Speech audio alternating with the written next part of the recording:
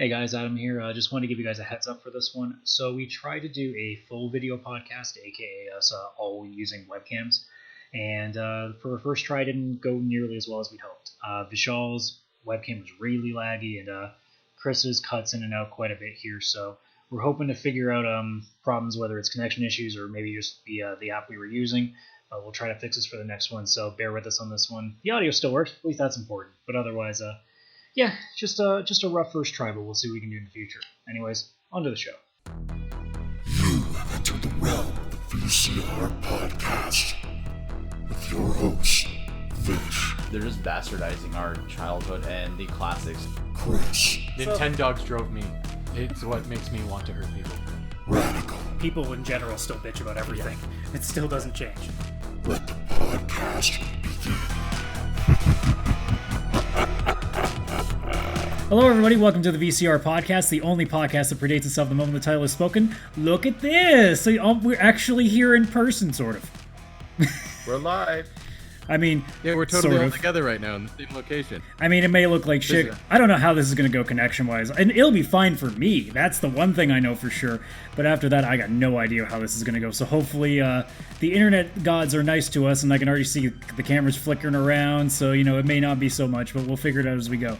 So, obviously, Adam, we'll figure askcsradical here. Got Jin and Chris over here. And Views Vishal's over here. So... Good one. Remember, friends, our show is NSFW. yeah. True. Yeah, quite. Not safe for life, more along those lines. So yeah, it's going to be in video form. Obviously, this is a test run for this. This may end up being just terrible by the time this is over, but it is what it is. So as per usual, we always start with what we've been playing lately. So let's start from the bottom and work our way up. So Vishal, what have you been up to? Well, I start from the bottom. Now I'm here. All right, easy there, Drake. Yeah. Rude. So the one thing I did this weekend, I have to talk about it, is I started, played, and finished Resident Evil on Friday night. Holy shit, that thing was just one like consistent adrenaline rush. It wasn't like there was no slow points in the game. It wasn't difficult to maneuver. Like, you had to go back in some spots, but not so painful that it was just like, okay, come on. But there was a few parts I got stuck on, but they weren't overly difficult. But holy shit, that game, it is short. It clear because I finished it in one night and I didn't even go to sleep that late. I went to sleep late because I was so hyped up from playing it that I just couldn't sleep right away. I finished it around 1:30 in the morning, couldn't go to sleep until 3 because I was just like, that was fucking awesome. It's not worth the full price at all. If you're gonna buy it when it's on sale for $30 at the most. It's a short game. It's not a lot of replay value. You may play it again one day if you're bored and be like, I just feel like playing through this again just to like have something to play. That's fun. But the game itself, it's awesome. It was consistent, intense action from beginning to end. It's what Resident Evil should be. Resident Evil should not be classified as a horror series, and it's fine that way. Classified as an action series, as a sci-fi series. It's not a horror series, it's an action series. And Nemesis was basically unstoppable. He was like scary. It was like, with the difference between him and Mr. X. Mr. X was like slow and dumb and you could easily run your way around him. Nemesis, no, you had to fight him or run away. And it was not easy to do either. And when you thought, oh, okay, he's dead. Oh, he's back. Oh, he's dead. No, he's back. He's dead. No, he's so on and so on. And it was just awesome. Like, even if you're not a fan of Resident Evil, you would enjoy it just as an action game on its own. And the part that scared me really in the game was a lot of this. So, in Resident Evil, you find documents to read, right? Have you guys played them? Yep. Have you played it? Not Like, pa- where not you partic- find documents? Not particular, and even that. Well, I played the demo, but I really didn't pay much attention to anything sidewise. Like I just went straight to where I needed to go. I didn't look at shit. So Okay. So in Resident Evil, you'll find notes and documents and videotapes lying around where you Yeah. get a backstory of what's been happening and everything.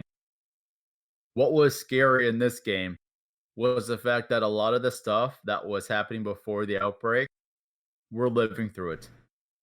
Quarantining, people filling up hospitals to the point that the hospitals don't have room or beds anymore. People just getting infected like that. And the outbreak is just virtually unstoppable. It's essentially we were living it. And this is a game that is over 20 years old. The fact that it's like, oh, that's crazy. It was like, no, we're actually living this now. So that's what was scary about it. It's like, oh fuck, like literally, like the only thing that can get worse is that it's a zombie apocalypse. And that was just it was just so insane how true to life of what's happening in the game is happening in our lives right now. And but the game itself is awesome. Also, I was just wanted to watch something new, so I put on the Netflix movie with Chris Hemsworth called Extraction. It takes place in India and Bangladesh. It's a fun action movie. It's actually very well directed. The scenes were not simple shoot 'em up scenes. Like there was actually quite a complex cinematography to it. And there was quite a few long takes and also doing some very tight space filming. It was really well done directing wise. Story wise, it is a very basic story. It's this kid is kidnapped. We must save him. And that was it. But it's just a simple, fun movie to watch. And it's something new out because right now, unfortunately, as we know, nothing new is out right now. The next thing we have maybe to look forward to is that one Disney movie called Artemis Fowl that's coming, and I have no idea what the hell that's about. But Yeah, me neither. yeah, it's essentially just something to watch. And then what I've been doing lately is finishing one arcade mode for each character in Mortal Kombat 11. So today I finished Devora's, and Devora is a lot better in this game than she was in Mortal Kombat 10. She's the insect chick. screw you. She was amazing in 10 too. No, she's a lot better in this game though. Still good. What's her name? Devora. Devora. More like She wasn't Dahora. in- Yeah, she wasn't in Mortal Kombat 9. If she's a Dahora, I don't want any. Well, Yeah, you do. Technically, she's naked because she's a bug. Yeah, that makes it worse. I don't. That makes it worse. So she is Dahora. I She's Dahora. I don't trust bugs that do wear clothes. More I'll like just point she's da fuck that. that. You would. So essentially, that's what I've been doing this past week. And we'll go. Who wants to go first? Adam or Chris? That guy. Did you say that guy? Yeah, I did. It's you, dude. I guess I Okay, should so I say for guess I'll audio go. purposes, we are on video on this, so we're actually pointing at shit now. So, Yeah, but when you guys are pointing, it's not the same oh, I didn't situation even on think my of screen. that. So you guys are like This way. pointing somewhere, You're and like this way. no one's You're pointing at anything. That way, no one's there. Yeah, it's like what the fuck are you guys All right, pointing at? Like I have no idea what you mean. But sure, I'll go. This guy.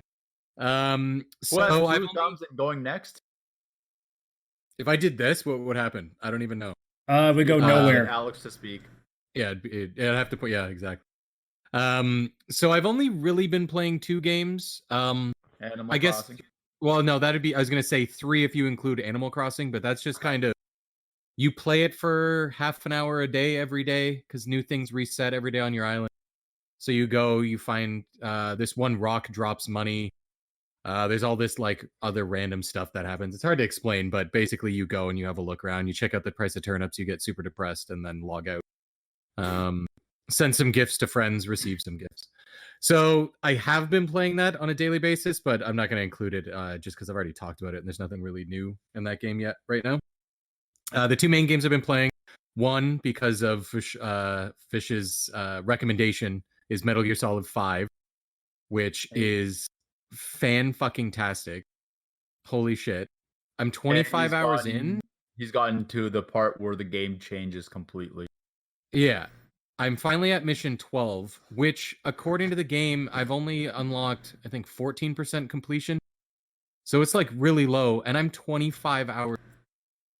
Well, here's the thing is, though, I think because when I finished the game, I finished quite a bit of it, and I was only at like 30-something%, which made no sense. So I think it's a lot of side stuff and like online it's all the stuff. side ops. No, it's not even the side ops because I did all of them. I don't know what it. Yeah, I think it's like unlocking things, like unnecessary unlocking, which like building all the different weapons, getting all the different blueprints, getting all the different intel. Okay, that makes sense. So, because I'm not doing all of that. Because sometimes you just don't need to upgrade your tranquilizer gun because that's not going to be useful after a while. Actually, I'm on my 3rd upgrade for the tranquilizer gun because I don't kill people. I kidnap them using that balloon mechanic, and I'm building an army. I've just recently upgraded that Fulton thing, or whatever the hell it's called, to be able to get tanks and everything. So there was missions where it's like destroy the tank unit, and I'm like, fuck that. And I sneak in and I slowly pick off like all the people walk around the tank. I take them one at a time, Fulton them out. Get to the tank, Fulton that out, and I'm done. And I finish missions now by stealing people instead of killing them because I want to build up my. Are you getting S ratings on all the missions? I only got S on 1, and that's the one when you fight Quiet. Oh, okay. Because you don't kill her. Because there's and there's a quick way to get rid of that mission, like really, really fast. You do a supply drop and aim it where she is, and it takes out half her health. When like the crate you have, bring in whatever weapon or ammo you're bringing, it falls on her and takes up top. Who needs guns? Just drop a box on her. Are you? Well, actually, it's a box of a gun. That's the interesting thing. There's a gun in the box being delivered, but I just dropped it on her instead of bringing it where I was. It's So, have you unlocked Quiet and DDog? So I haven't unlocked Quiet yet, but I think it's because I need to get past this mission I'm on. I have no side ops left. I made sure to do every single one. And she was mission 11 technically, and right now this one where you get Emmerich for the first time, or you're going to get him, it's mission 12. So she's at my base, but it's at the point where there's a lot of like cutscenes, and they're like, "Oh, she wants to go with you." It's like, but even how would you communicate? She can't talk. Like, oh, right, okay, and then you like leave. I think there's a specific either side op or main mission you have to probably complete before it finally unlocks her. But I've been running around with DDog because he just unlocked, I don't know, not too long. And like I already got, I think it's almost 50% bond with him. Because I DDog's use him awesome.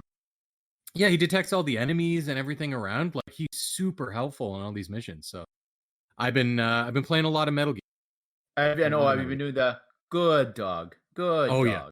I pet him every time before we get in the helicopter, and as soon as he does something, because he's a good boy. Well, I mean, he's a fucking eye patch. What else are you supposed to do? You pat the dog. You tell him he's a good boy. That's just the rules. That's the rules. Yeah, exactly. So that's the one game I'm playing, and then the other one is my side game playing on Switch, which is Picross, which is just that puzzle game. Oh yeah, Minesweeper puzzle. It's like Minesweeper. Yeah. So think Minesweeper, only you have the same grid as Minesweeper, but instead of the numbers being around the mines, it has your grid, and then it'll have a list of numbers along the top and bottom. And on one, it might say 11, 2, and 1. And what that means is along that line of, say, 15 squares, there's going to be a group of 11 squares together that are that you're supposed to fill in, 2 that are together, and 1. And there always has to be at least one space between. So you're just kind of filling in the line. Where if you choose the wrong square, the level's over? No, you can keep going, but the problem is you'll go and it makes an image after like a pixelated image, so you're filling in the correct squares, which then will make this image that makes no sense. On my Twitter, I posted a little video of one I did, and it was this weird triangle with like dots on it, and I was like, what the fuck is this, pizza? And it goes, crepe. I'm like, what the fuck? Like a crepe? That doesn't even make sense. Doesn't even look like one. But no, it's just if you get to the end and you didn't fill out the right ones, it's just sitting there and it'll show you what lines you either have one extra or not enough squares filled in. So you'll have to kind of start working your way back to fix it. And it gets a lot more complicated because some lines it'll be 15 and it just says 1. So you know there's 1 somewhere by itself. So you look for the ones where it's got like 11. So you know of the 15, there's going to be 11 in a row that you need to fill in. So you can find some squares that's like, no matter what, to fit 11 in here, these ones here in the middle would have to be filled in regardless. So you just kind of start working your way that way. But I used to play this. Is it one of those rage-inducing puzzle games that like you just can't stop playing even when you fuck it up? I wouldn't call it rage-inducing, but that's because I am pretty good at it. I have gotten stuck and I've gotten like, what do I do? But at no point have I been angry. I've definitely got a lot more rage at Metal Gear Solid 5 for sure, because there's been certain missions where like there's 2 tanks and 6 guys I got to get, and I'm captured. I'll get like 3 or 4 guys, the 2 tanks, but then one of the last 2 left is a sniper and I can't even get to him and he kills me. And I have to start the whole thing. Oh, like I said, Metal Gear is not the simplest to navigate at all. No, but I do love it. Oh, it's again. Wait till you finish the actual mission where you save Emmerich. That's when the game is like, oh wow, this is awesome. Because that's when you get a lot more story progression. That's when you are really introduced to the main bad guy. And Skullface or whatever his name is. Yeah, Skullface. So basically, is he related to Taserface? Taserface. I would say he's Konami's version of Red Skull. Yeah, he's definitely got that German Nazi flair to him. Yeah, he's from somewhere else, but still same idea for sure. But again, then once you also you're gonna get to the disturbing shit in this game as well after you finish this level. Oh, yeah. Like the stuff that fucked me up. I'm like, wow, this is giving me trouble sleeping. Good. I want it to do this. I want it to push the limits, and I want to walk away feeling uncomfortable. That's what I want. Oh, you're. I wish you would fucking get to that part. Well, we can talk about uncomfortable later when we talk about other stuff. There's some uncomfortable stuff coming up. For stuff you're playing, or no, for stories. I mean, other than that, though, those are the only 2 main things.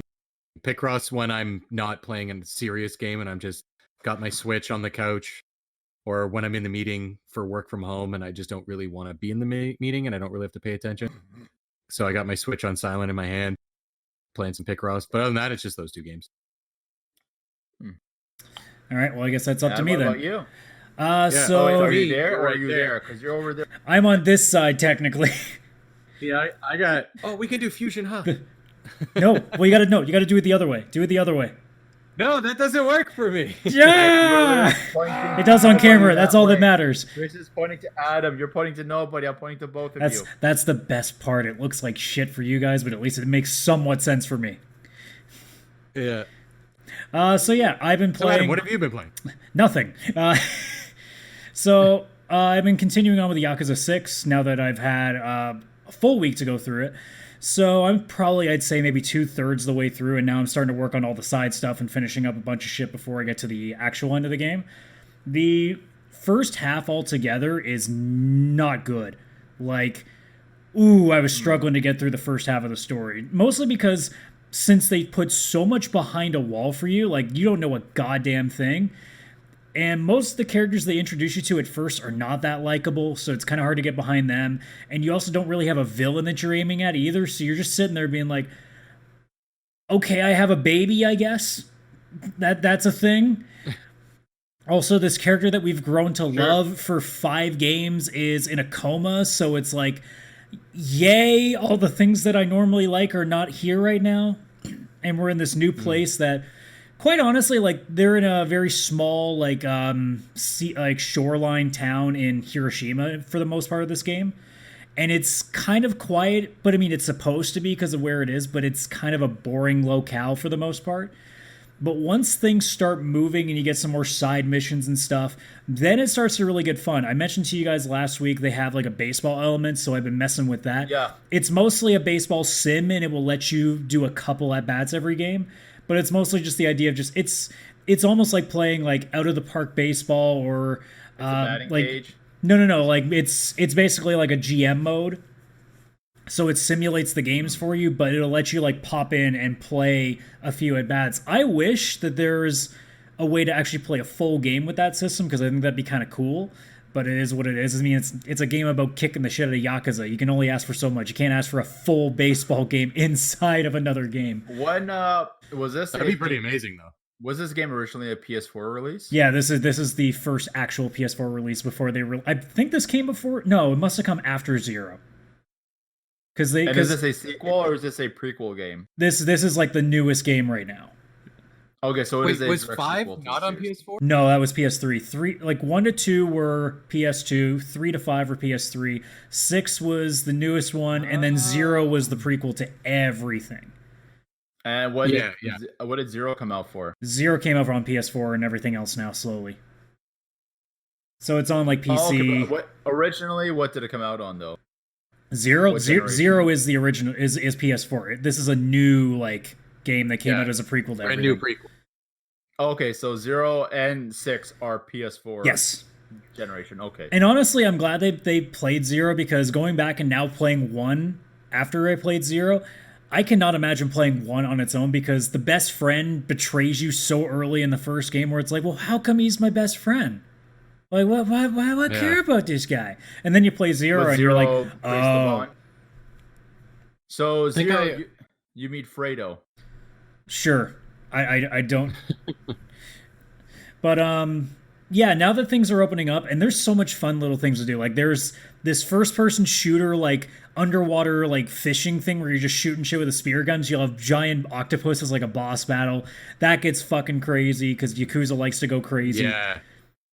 Like I said, there's the baseball stuff. Do you find this game was more fun on the side stuff as opposed to the main game itself? Now that I'm getting into the point where the story's actually opening and showing its hand, it's a lot better. Like, I really love the story now, but the first half is so ubiquitous and slow. Like, it's so it doesn't tell you anything. So you're just like, I guess I'll go do the thing because I need to do the thing to get to the other thing. So for the most part, like, it's not that great to start with. As soon as a certain turn happens, everything gets so much better, and now it's definitely getting a lot more fun, and especially now that all the side stuff's opening up too, there's all the complementary stuff to go with it, so it's definitely getting a lot better. Okay, seems like the same treatment Heavy Rain had, where like the beginning was quite slow and like boring, but then after that was over, it's like, hey, this is actually turning into something pretty awesome. Yeah. Otherwise, the only other game I was gonna play, because, I thought it'd be a great thing to record, was XCOM Chimera Squad. And unfortunately, my laptop has now officially hit the point that it's starting to struggle with shit. So I can play it, but it's choppy, so if I ever wanted to record it, I didn't want to do it. So I was very mad. Yeah. So I ended up saying, fuck it, I'll go replay XCOM 2 on my PS4. So I've been doing that as well as like a side thing. As I was telling Chris, I just didn't bother trying to adjust it any further because I just really wanted to play it. Resident Evil 3 was actually having a pretty choppy frame rate on the PC as well. Yeah, well, PC is always a weird thing too, because it may not be that my computer's slow, it just may not work with my exact settings. Because the way the PC is, it's fucking voodoo. Because you can have a really good rig, like you can have like Titans for your graphics cards, but if the way that they built the game was not built properly for those specific settings, it can still suck. That's the weird thing about PC that I've always had trouble with going all in on, because just because you have a really good machine does not necessarily mean it's going to end up being good for every game, because sometimes games just, they aren't made well. Because, I mean, if you make a game for PS4, you're making it for that hardware. If you're making a game for PC, you're making it for thousands of configurations. So it's so hard to make sure that gotta be tough. It can run on every possible system. So sometimes there's hiccups. So you never know. It might just be on your specific rig, or in my case with Chimera Squad, it might be on my rig. But, I'll just wait for it to come out on PS4 like everything else, and I'll be able to play it in proper frame rate, so it doesn't lose it. But XCOM 2, I just been When's messing it around. supposed to come out for PS4? They have no date, but the last time I think it came like maybe 3 to 6 months after it came out for PC, so it shouldn't be too long. It wasn't too long after. So probably probably at some point in the fall, I would guess that probably would make sense. But yeah, XCOM 2, I've just been going back and playing, and because I had a save file, I was like maybe halfway through, so I just kind of jumped right back in and kept my my adventures of the overly ridiculous characters that I have as soldiers facing aliens. No one looks normal, because why the hell would you have them look normal? Is it? How is that? Can you branch off characters from the previous game to the current game? No, this is straight up new thing. So the way that the system works right now, XCOM, when it first, like Enemy Unknown, I should say, because this is an old franchise. So the reboot, Enemy Unknown, takes place with the aliens coming in to take over. XCOM 2, they won. Now you're trying to liberate the world back. You're trying to get it back. Chimera Squad seems to be almost like a 2.5, where I'm assuming you win because I've been told you win if you finished number 2. It's almost like a 2.5 where you're starting to work together. So the aliens aren't killed off, and now you're actually going together. So now your squad in Chimera Squad is both humans and aliens. So there's all these different types of people you can use. So I imagine 3 will probably be something similar, unless there's like a whole new alien threat they bring in for that. Yeah, like like you and the current aliens fighting together against a different alien race or something. What I thought would be an interesting idea for 3 is, let's say 2.5 is this jumping off point. There's a now human army that's trying to take back, trying to kick aliens off the planet, but we've kind of come to this consensus that no, there should be that. I would love to see what XCOM does if you're facing other humans too, to have a mix. I think that would be a really neat idea. That'd be pretty cool. Is this game a first-person shooter? No, it is a tactical strategy game. So it's one of those games where everything's on a grid. So there's a lot of things like cover mechanics you need to be careful with, different archetypes. So like I have really good sniper builds, but I also have guys with shotguns and swords that just destroy shit. So and it's pretty fun in that way. It's also a base building, so you're trying to build your ship to be able to have better resources so you can make more weapons, you can research stuff so you get better bonuses against certain aliens. And then there's also the big globe where you have various resources you can try to mine to recruit other people, and at the same time the aliens are also trying to build, I guess, a super weapon, because I haven't gotten far enough to figure what it is yet. But there's this project, so you have to start traversing the map to try to find the location where this thing's hidden, because if you don't by a certain amount of time, you just lose. They'll have their big weapon, everything's over, the resistance is done. So there's a whole bunch to it. There's the battles, and then there's the base building, and then there's also the keeping track of what's around the planet to make sure that you don't fall behind in the arms race between you and the aliens. So it is very strategic. The combat's what I mostly focus on, because that's where I really like it, because I love it's very reminiscent of what Fire Emblem is, just with more cover mechanics rather than just go in front of the guy and slash. This time it's you want to try to get, maybe if a sniper, you want to get higher up so you get better damage bonuses, because it's almost like D&D in a way. Every time you go to attack somebody or do something, it has a percentage. So you can take a sniper shot at somebody, but it only has a 65% chance of hitting. So you miss, that's a turn that you just lost. So I don't cheat at all and use various save states to make sure that I get the outcomes that I want, because I at least want to finish the game first before I start really taking a hard time around it. So do you like XCOM 2? Because I've played through Enemy Unknown. I loved it. I think it took me about 30 hours or something. I like it a but I lot never better bought than XCOM Enemy 2. Unknown. XCOM 2 is much better. There's a lot more alien variants too, so that also helps. There's definitely a lot more going on, so this is especially... something- And I haven't even gotten the DLC, which apparently is amazing too, so there's a lot to it that I really, really adore. And it's a game that I kind of like now using as my side piece, as something I can just kind of go back, play a couple hours, and just finish a mission or two, and then be done, come back to it later. It's definitely a game that doesn't... it's not a heavy story. It's just aliens fucking take the planet back. That's it. And you can catch up pretty easily if you've... Like, I hadn't touched that save in like maybe 2 months, and I didn't feel like I missed anything, so... Yeah, I do love those games because you can, like you said, play for a couple hours and just, it's kind of like your side game, because you don't need to progress to the end, and it's not like this epic battle story thing is happening. There's just a certain amount of battles you're going to end up doing, and some management. You do a bit of management, you do a few battles, you save, and you go on and play, Metal Gear or whatever else you're playing. Well, that's the thing. I've only been playing, like, I think... I played a bit on the weekend, and then I played once like on Tuesday, just because I didn't have a lot of time, so I didn't want to go nuts on Yakuza. So I'm like, fuck it, I'll just put on a podcast and then just mindlessly like go through some missions. Yeah, that's definitely a type of game you'd have music playing too in the background or a podcast, absolutely. and you can just totally do it. Yeah. So do you guys know if because I'm considering buying it, do you guys know if Devil May Cry 5 is an open world game or no? I think it's just reminiscent of what all the other Devil May Cry games have been. Okay, so it's pretty linear. And it's been taken a lot better than the last one they tried to do, DMC, which made Dante into like a teenage boy band lookalike kind of guy. Yeah. I played That's a the little only bit. one I own. I meant to play it, but I just I never got. I was like, well, Dante's a little bit of a douchebag. I mean, but he's your lovable douchebag. Maybe True. He also fights in a slow-mo scene where he's naked trying to put pants on and there's pizza floating around in the background. So what do you want? So he's right in. There's also, I mean, I always give a thumbs up. There's nudity in the new game too, so it's like thumbs up for actually not, holding back. Well, I find a lot of like even with the remakes of Resident Evil, like Resident Evil 5 was the first game in Resident Evil to say fuck, and it only happened twice. Well, And then you can't have Jill now- sandwiches as every single line of dialogue. But now it's like Mr. Jill sandwich. God. If they remake Resident Evil 1, they have to put that line in there. Dude, They have to. If Final they take it out, I'd be Fantasy so pissed. Final Fantasy 7 kept the cross-dressing. They better put in the fucking Jill sandwich. Yeah, it's just a line. But the script and voice acting is significantly better now.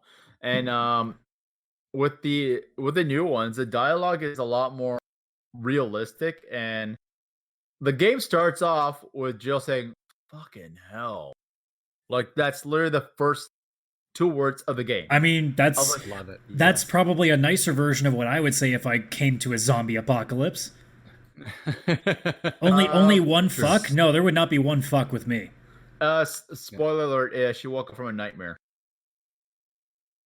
So that's what it was from. So but then it's was it Mr. X in a thong like the mods from Resident Evil 2 had? it was Thomas the Tank never mind. That wouldn't be a nightmare for her. That's a big muscular dude, man. But then I love the fact that somebody made that dinosaur mod for it and made her Regina. It looks so bad, but I mean, it's fucking do it. Yeah, just do it. That's just a royal tease for you too. Oh, it is. It's Yeah, I mean, you've been talking about Dino Crisis. It's like episode 1 of this podcast. I feel like I just the thing is I don't. There's a get lot that, of things he's been talking about over and over again since episode 1 of the podcast. it's the main thing he's been saying that still makes sense. Just like you and me keep talking about another Chrono game. This is Listen, true. Give the people what they want. True. That's all I'm saying. Well, And, it only took Square Enix about 15 years, and then Valve finally gave us a new Half-Life, so maybe it's coming. I don't know. But it's Yep. I will say though, Slowly. there are parts of the game that were taken out, but you don't really miss them because the stuff that they added into it was awesome. It's Like funny that the- you say that because like a lot of people have been saying like similar things and then the opposite about like the Final Fantasy VII remake because they really expand on a bunch of stuff now. So like Jesse, Biggs, and Wedge, the original like 3 guys that get killed off pretty early in the game that are just like lackeys. They've really fleshed them out, which In makes Final Fantasy VII. yeah, which makes it even more frustrating when they eventually kill them off again, like they do in the story, and you're like, fuck. Like I'm literally like watching like screenshots and like cutscenes from the game. Jessie, man, if she was alive still through this entire game, she would definitely be like the 3rd girlfriend in a love rectangle with Cloud now between Tifa and Aerith, because they really did a good job on making her a lot better. Did they Oh, yeah. expand her and kept her in the game longer in this one? Well, technically no. I mean, it's just obviously the game is a little bit longer now because they flesh out the first disc a bunch. Yeah. Oh, She has a okay. lot more dialogue, though. Yeah, she only had 3 lines in the original game. Yeah. She has a lot more dialogue. Most So of I them, don't mostly, get, like, most of them why- flirting with Cloud. Oh, So she I is don't- thirsty. Okay, so that's the thing. I don't get the hard on that people have for Aerith because I feel like she was such she was in the game so short, she's like clear waifu. Like I'm not talking like waifu is like every classic trip. Like straight up looks like housewife that would be cooking you dinner. Like if you want to go real cliche, like that's blatantly it. Like the way that anime always likes to work, especially Japanese properties in general, is you have the housewife looking character that's just basically like most normal but really pretty girl that just really is really nice to you all the time. Then you have big boobs girl who just has big boobs and usually is a bit of a bitch. Normally she's a bit of a bitch. Then you have the Is that Tifa? Yes. And then you have the hyperactive girl that has sort of a flat chest and is a bit of a tomboy, which is Yuffie.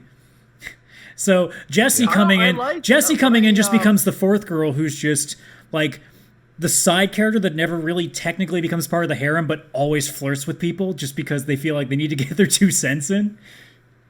Yeah, I feel like if they were really ballsy, they would have like changed Aerith's presence almost to the point they don't even kill her.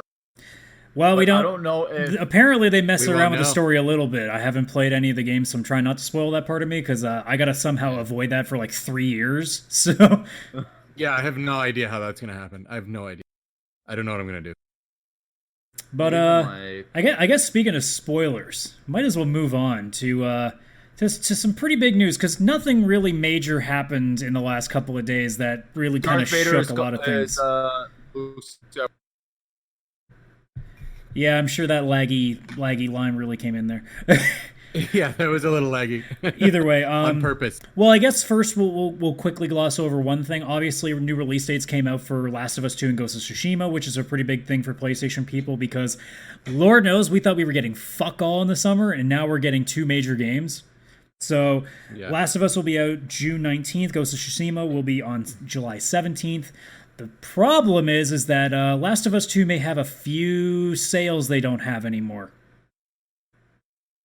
Because of the leaks? Yep. So, the story leaks? Yeah. So the story goes is that I believe it's a QA tester was really pissed off because it's been known forever that Naughty Dog's been really bad for crunch time. I mean, that's most developers these days, but Naughty Dog specifically has been outed for having really, really big crunch time.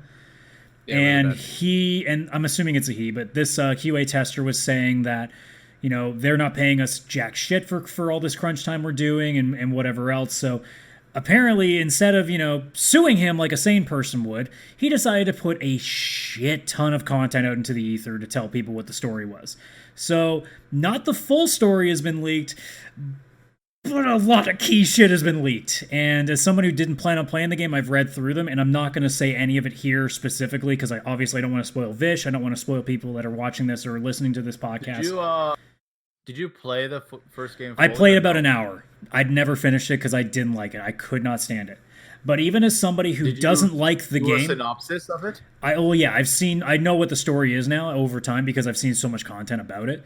So as someone who may not have played the game in full and has a loose idea of what the first game did, to know what happens in this second game, assuming it's true, but by all accounts, it seems like most of this has been verified. This is a major slap in the fucking face to fans.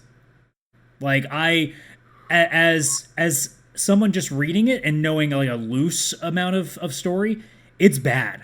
And then as a writer myself and as a creative guy, I'm looking at this being like, why did you think this was a good idea? Okay, so when Devil May Cry first came out, it was legendary. When Devil May Cry 2 came out, it was utter garbage. I'm not going to say that the game is going to be garbage. The game might still be amazing, but the story is just going to not sit well with people. There is one key thing that happens in this game, and it doesn't even have to do with like people living or dying or whatever else. There is a specific change that happens in this game that does not make any sense. If you are a fan of the first game, what they make you do in this second game makes no sense, and there are a lot of people that I think when they get to this part will stop playing this game out of frustration. Okay, I want you to tell me this part when we're done the show. I will do that. There is, but you know what? I won't even say what it is story-wise. I'll just say there is a second person you will play as in this game, and the reason the reason for them to switch it over makes no sense. To make you play as this person would make no sense. No one, like a lot of people who are really involved in that game have said outright they can't buy this game because they would never want to play this person. You know what? I think I know who it is, and if it's who I think it is, that person was supposed to be a playable character in the first game. I'll tell you a little bit more after the show, but I don't want to spoil too much else. But all in all, like I share so many different ideas about this entire situation. I mean, the biggest one, honestly, isn't even the spoilers. It's the fact that why the fuck is this asshole posting this? There are so many other ways you can take a shot at Naughty Dog. This was not the way to do it, and this ruined a lot of people. Now, it may have helped some people to not spend $60 on something they were going to fucking get really upset about, but at the same time, man, like, there are people that are still going to really want to play this game that can't avoid it because people have been flooding Reddit, YouTube, all these memes. People have been making fake memes where they've just been doing, like, 2 pictures that have nothing to do with Last of Us, and then the end of the meme has massive spoilers to The Last of Us. So people have been really fucking around with people, which I don't appreciate because the internet's the internet. But I mean, if you're gonna spoil a game like that, man, do it as it's coming out. Don't do it 2 months early. That's way too much time for people to get spoiled. And it's not like a minor thing they spoiled. They spoiled major fucking shit. It's brutal. No, fuck those people. Like, fuck that guy. Yeah, I can't respect people who put spoilers like that on the internet in a way where it's not like people clearly haven't played the game. There's no way it's like, oh, this game's a year old, this game's 2 years old, 5 years old, or anything like that. It's just putting it out there to ruin people. Like, that's the only thing it's gonna. And there's a difference too between like this and what we were talking about in our Discord about like all these rumored games that might be coming, like a side game to Mortal Kombat 11 or a new Batman that has nothing to do with the Arkham games, like stuff like that.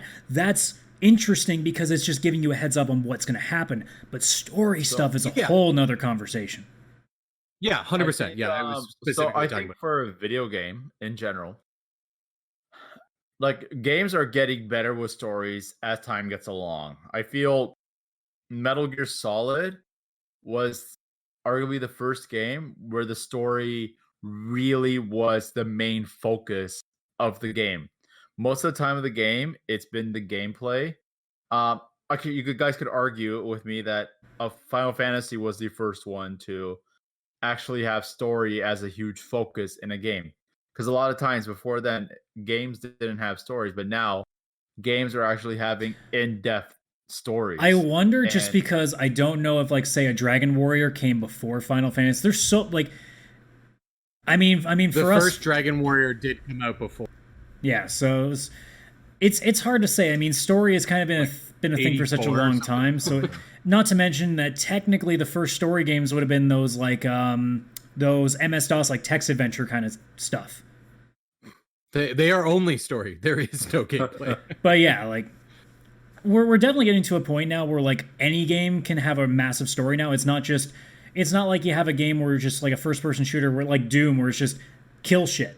Even Doom can have a story if it wants to now because we have the capability with hard drive space. The last Doom that came out for PS4 era, I led to that one, and there really isn't a story behind it. There is a story. The story is everything around you. No, there's a story. The story is Doom guy doesn't give a fuck about the story and keeps breaking shit so he doesn't have to hear the story. That's the story. Yeah. Every time somebody talks to him, he just breaks shit, so he's like, I don't fucking care. Just let me kill shit. Oh, that's a game I gotta play. It's fun. It's just really just dumb fun and blowing shit up. And slaughtering a bunch of alien and demons. Yeah. Yeah. But yeah, but I mean, the other thing that I want to just say again is I really have a problem with, I can't remember I'm stupid for forgetting the guy's name right now. But the guy who is like the lead, either the lead of Last of Us or the lead writer, this guy, and I don't want to get into the SJW conversation, but he is a progressive ideologue, and he does constantly put Anita Sarkeesian on the pedestal. So it doesn't help. This? I can't think of the guy's name. I think it's like Druckerman or something like that. The person you're talking. The tropes versus women in video game. The girl that did a bunch of videos about how video games are just sexist and misogynistic. Like, make her play Mortal Kombat 9.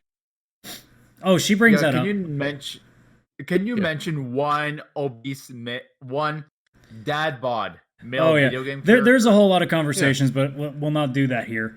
But the fact that he's also one of those guys too that treasures that kind of political ideology, and I don't have a problem with political ideologies. It's when you force people to get stuck into it, and the way that that story's kind of gone in Last of Us 2 shows me that this is a guy that just thinks like, I'm gonna do something different, something that's gonna be good to this group, and it's like, dude, like your fans are not. Like, can I not remind people that like sci-fi, which is known for being one of the most neckbeardy things out in the world, there is a lot of strong women in these things that aren't forced. Like Ripley, Sarah Connor, hell, The Expanse with all their women. Princess Leia. Yeah, like and even in the new Battlestar Galactica is a bunch of characters. Like Star Trek, like there's a shit ton. And the idea that they have to Katie shoehorn this Sackhoff, stuff in is just gross. And it's on top of that, I mean, at the end of the day, if this is what somebody thought was going to be a good idea for a story, and this is Cliff Notes, we don't even know all the information. The game might even do a decent job at displaying the stuff, but on paper, seeing what I know doesn't make any logical sense to somebody who's played the first game. It makes me think, why the hell didn't you just do a whole new story with new characters and did this story? It would make more sense if you had characters that people already didn't have emotional attachment to. Like, honestly, that story that they're telling in Last of Us 2 would be perfectly fine if Joel, Ellie, and everybody else that, is around from these games weren't there. If they just inserted somebody else, it'd be fine. It'd probably be fine. To be entirely honest, Last of Us 2 doesn't even need a sequel. It didn't at all. Like, it had a really, really good ending. Like, I've seen enough of the game, and like I've seen the last cutscenes to it.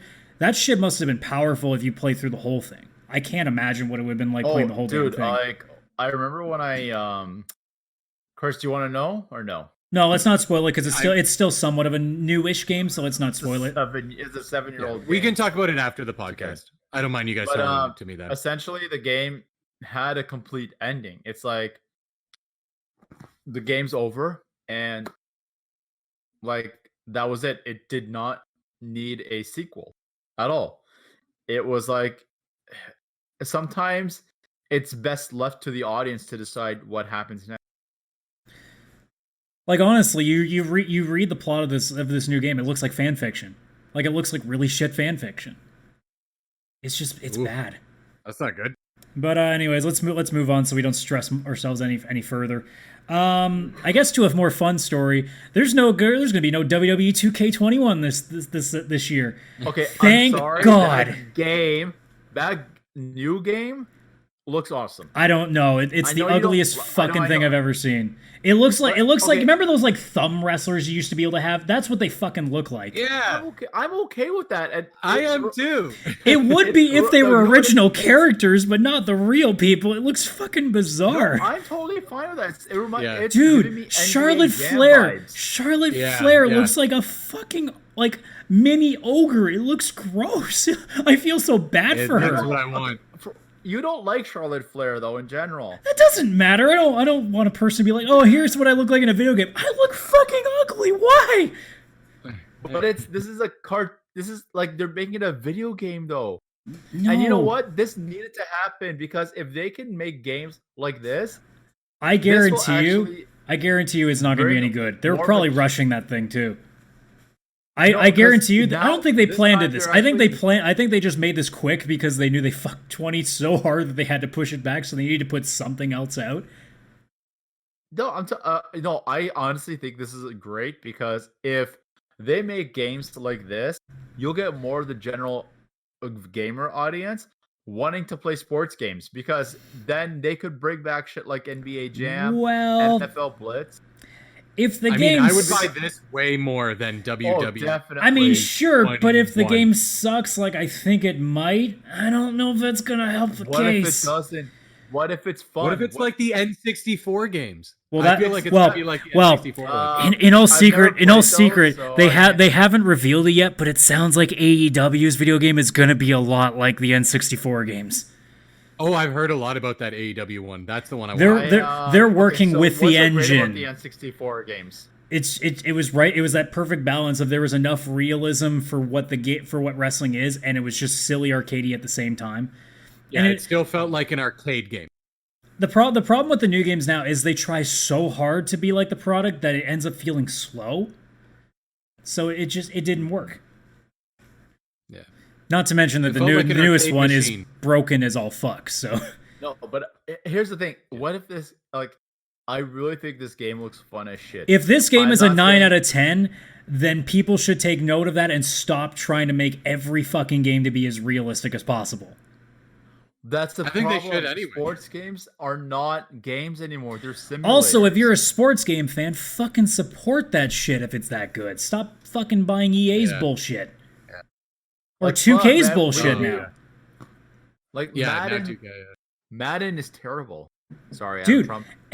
honestly, any sports game right now, aside from MLB The Show, and even then, because of its microtransactions, is still stupid. All sports games right now are fucking bad because they're copy and pasted. They're all bad. I know. Yeah. It's honestly, it actually fucking irritates Like, people me. say NHL 20 is not that bad. I'm like, what's not that bad? Not shit? That's not a It's high not bar. that good either. It's like saying it's Being fucking above polished Madden shit. and NBA 2K right now is not a high bar to fucking beat. Exactly. It's so I don't know if you know about NBA Playgrounds. Yeah, Have you no, heard of it was actually on sale right now, so I was half thinking about it, but then Yeah. I'm like, I got too much of a backlog. It's just I just won't I want to buy it because of the Raptors championship, and I think Kawhi is on the Raptors roster. But it was like a spiritual successor to NBA Jam, and it's just a fun game. It's like you could play it just casually. It's like, oh, and you just play with friends.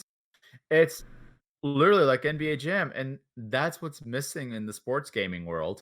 That's why I think this wrestling game, because wrestling is I mean, I hope it's wrestling's good. not a- I really hope it's wrestling's good. not a serious sport. It's a very much a spectator sport. It's more of a as you would agree, more of a soap opera than an actual like sporting thing. I mean, So this is a perfect genre for this game to experiment with a arcadey cartoony style. I And mean- if it goes good on this, who knows like if it could branch off. Like maybe they could release 2 games a year. NHL and then NHL Arcade. no, not this, Only not one this, or the other? not this 1 a year bullshit. That's the other thing too. There's an idea that's been floating around with people that, you know, especially now with coronavirus, about this being a little bit more difficult. Honestly, I don't understand why, especially because Ultimate Team makes all these companies so much fucking money. EA doesn't need to waste their time making a new game.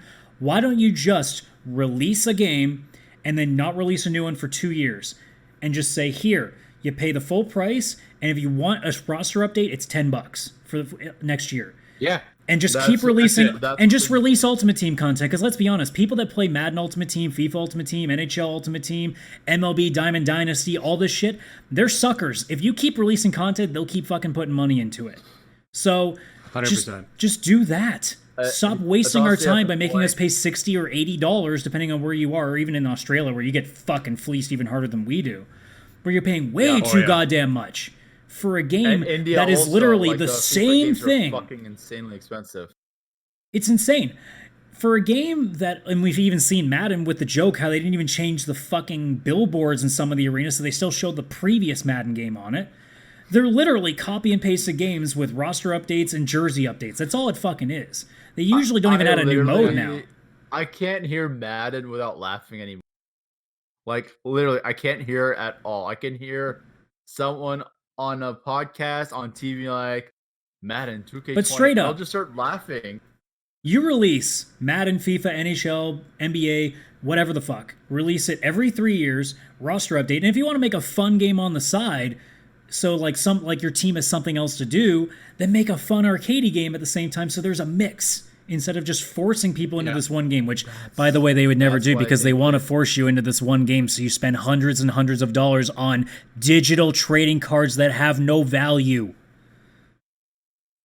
I think if they did this update idea like you're mentioning, perfect. Because even if it was $20 or like to update the roster, it's still, I think that's still It's overpriced. still but it's a lot fairer than you know- 60. It's much fairer, you and they know don't even what? need to release the game every year. The graphics only update once, like every 3-4 years. There's an actual graphical difference. I mean, Release with the game. the new just call console, it Madden. Yeah. Here's the thing. Here's what you, because I would only upgrade one team, Raptors. Make a price per team. no, that's bullshit. Do, 'cause- like, $5. no, you have to upgrade the whole roster because you're going to play the season mode. Yeah. You're going to have to update all the teams.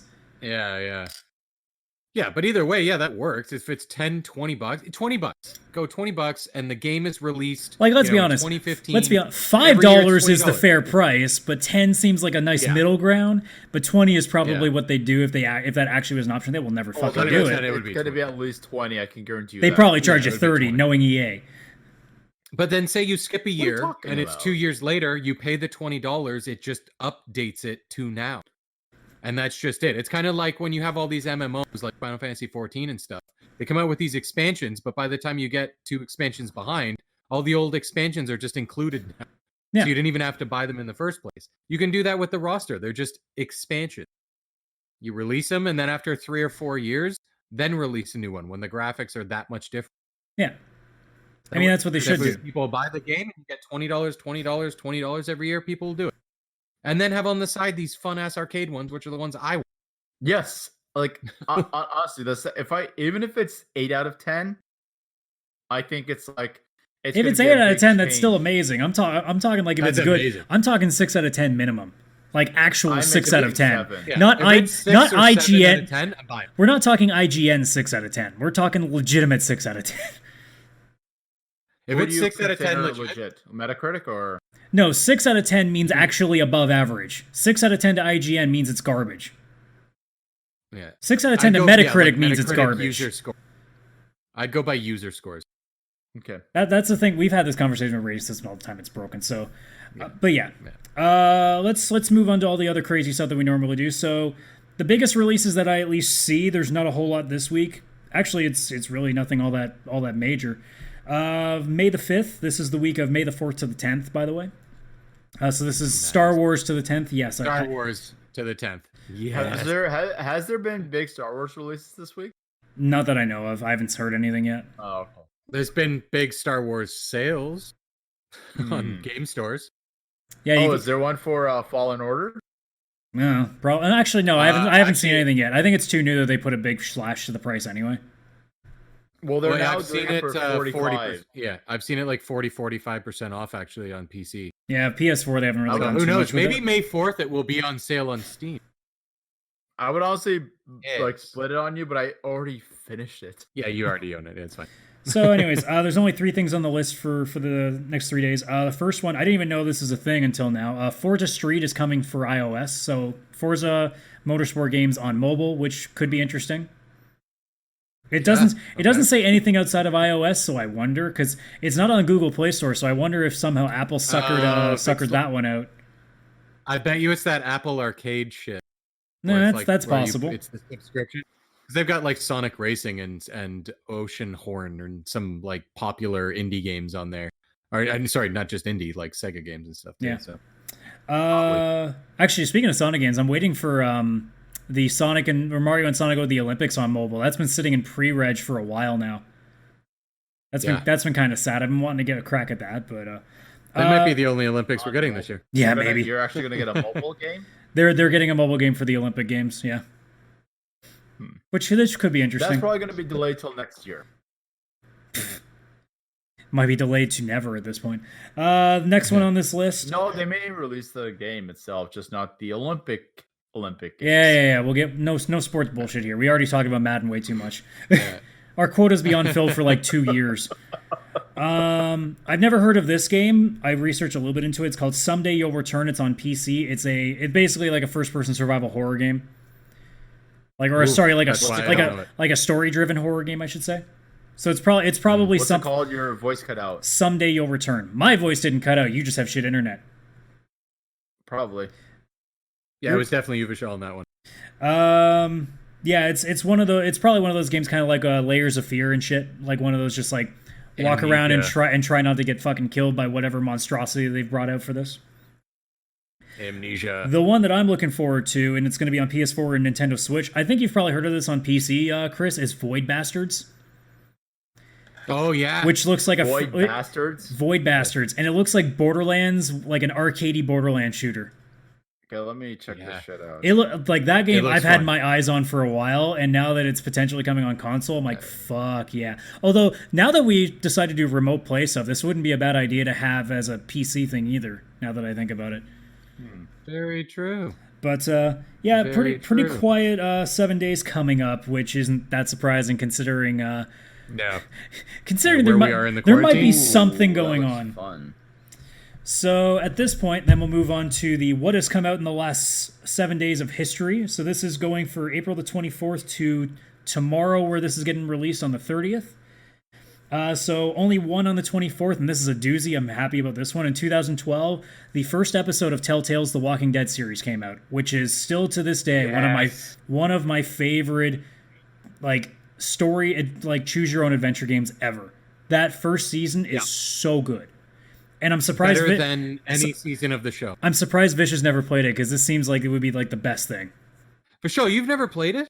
I haven't, unfortunately. Dude. I know I know it's on the Steam share. Oh, it's on everything. I even have an extra Steam key. I have an extra Steam key that I got from Humble Bundle when it was free for a day.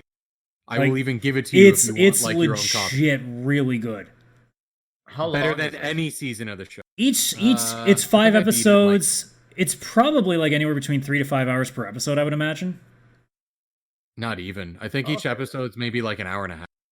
I don't know. I'm just trying to. Okay, so it's something you just finished like that almost. Yeah. And Yeah, I think I beat it in about 10 hours, 10 or 11. they're incredible stories too. So good. Like, you finish that first season and you're like, fuck. The only downside Wow. is when you go into season Powerful. 2, I realize, well, shit, I shouldn't cry for anybody, so fuck it. I'm just helping me. I'm not helping shit no more. Well, I- dude, What I you're legit- learning is how to survive the zombie apocalypse. I legit It let seems like it's I on legit let Game a of young Thrones, child like, die you in number 2. In season 2, I Yeah. let a young Well- child die because I'm like, fuck him, I don't care. Yeah, Well, it fuck 'em. seems like it's like a Game of Thrones episode. It's like you can't choose a favorite character anymore because they're all fucking dead. Yeah, most people die Or in they The make you Walking choose Dead, between them. which is funny because it doesn't matter. They'll all die eventually. Yeah, true. But yeah, that's Actually, Adam, have you played all 4 seasons? I only played season 1, 2, and the side ones. I didn't play the Michonne thing, and I didn't play the final season, mostly because I'm just like I thought 2 ended really well, so I didn't want to go much further. Not to mention, like I don't want to go crazy on a feel- bunch of these again. I feel like if I start it, I will be hooked. Oh, like, you big would. time. If you being a If you big have Walking 40 Dead guy, hours, you can do all of it. Yeah. Yeah, Dude, you you- got to do it. you would be super Even into just the that. first season. The first season is Well, going to always right be now, like I said, I'm debating whether to buy Devil May Cry. I probably will, and I'll probably do it by Friday, I think. Are you doing it on PS4 or PC? No, PS4 for sure. Wait, actually, what? Because we might be able to get a good halvesies price on PC. Yes, I know, but with the way, oh, fuck. Hmm. No, just the way Resident Evil was playing. But you know what? I got adjusted to it. if I had a rather- really competent I machine, haven't- I would not think about playing on console. much But I is don't it? have a Okay, competent Chris? machine. Chris, how much is it on PC right now? Well, in the meantime, you I'd can, have to. We can check after. We can check after because Okay. I'll have to look on a bunch of stores. It's not on Steam. It's not on sale on Steam right now, so I'd have to go around to the other. Oh, so then it's on sale big time on PC Who on knows? PS4. Anyways, moving on to the 25th, a couple of games here. Way back in 1986, Gradius, I can't remember how it was pronounced. Mm-hmm. Mm-hmm. Wasn't Drawing a blank Amazing. on that game. wasn't I've heard wasn't of it, that but like I'm one of drawing- those like just shoot like ships? It's in like the Space screen? Invaders. Yeah. Like Space Invaders, kind of. Amazing game. Another classic, 1989, River City Ransom. God, that's 19. Oh God, I love that game. I'm sorry. Your voice cut out on my end again. Well, that's too bad. River City Ransom was the name. Okay. Oh, Gradius, I love these games. I Yeah. love the arcadey side-scrolling shooters Yeah. or up-scrolling shooters. Those they're just fun.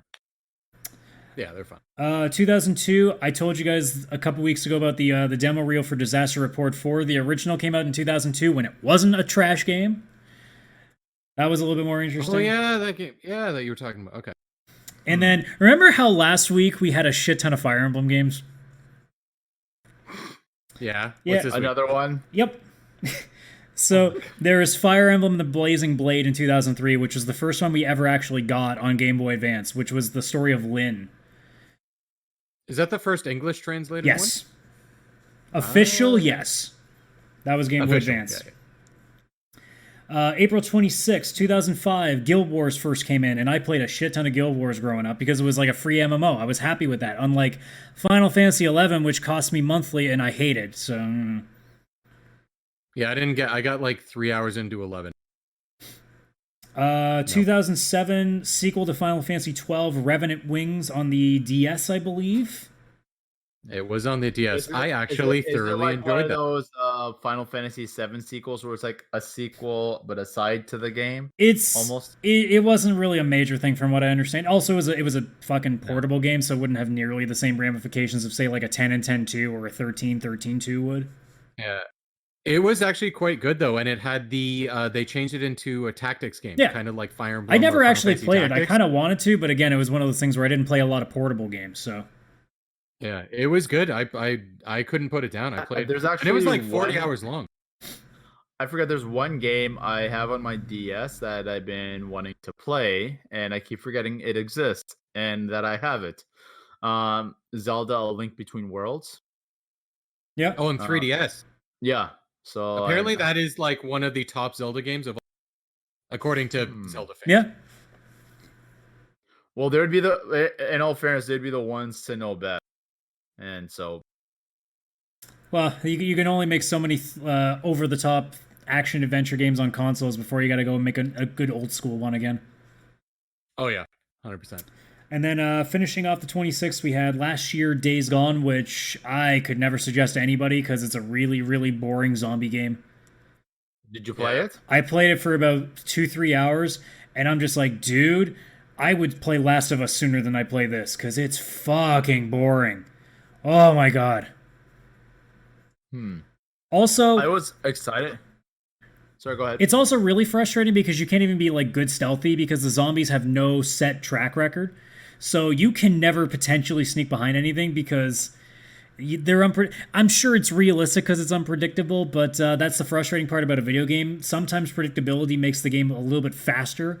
So I would spend way too much time in a bush trying to find a moment.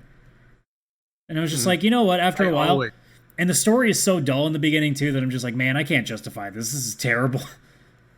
So it's essentially this. There's no substance to this game at all. Not really, and it's basically like a biker thing too. So it's these characters are so uninspired. It's just dull. I couldn't get into it.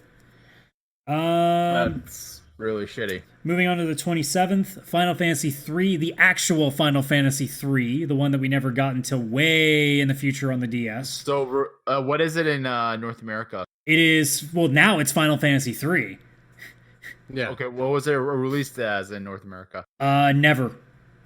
It was not. This is Oh, one of it the was- ones they skipped. they skipped. which is why we got the wrong 3. It was too hard for us dumb Westerners.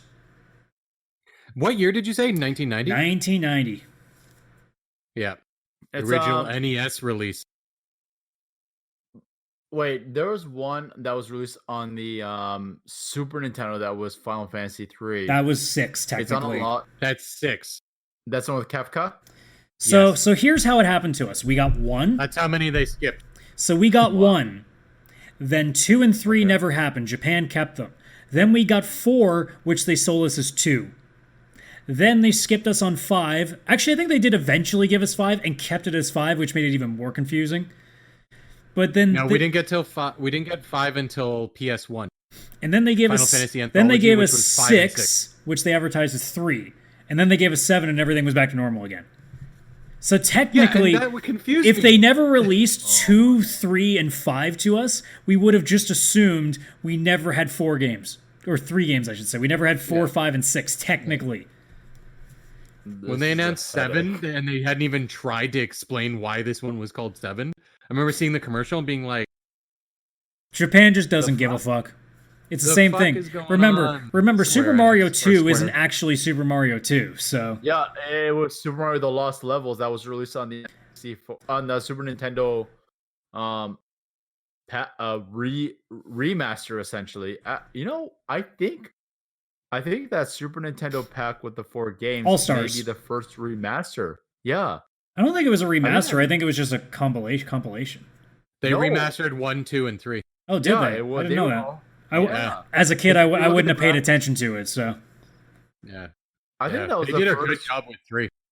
but yeah, I think that was the first remaster of our like lives actually. It could Or be. ever. Who I knows? mean, it could be. No, because like you were talking about how Weird. Sonic- Nintendo was the first one being greedy and making a remaster, re-releasing the same game. Yeah, who knew? Yeah.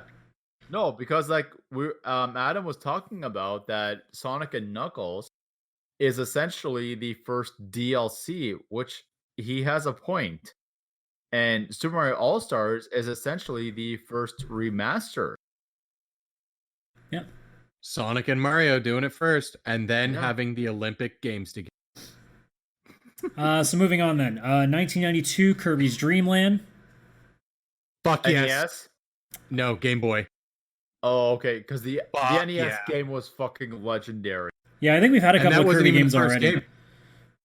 Pardon? Yeah, Kirby's Dream Land was the first one on Game Boy. I know that. And I never played that game, but I always wanted to. Oh man, But- I could beat it on hard mode in 15 minutes. Really? Yeah, I fucking love that game. I got it from my grandma when I was like 8.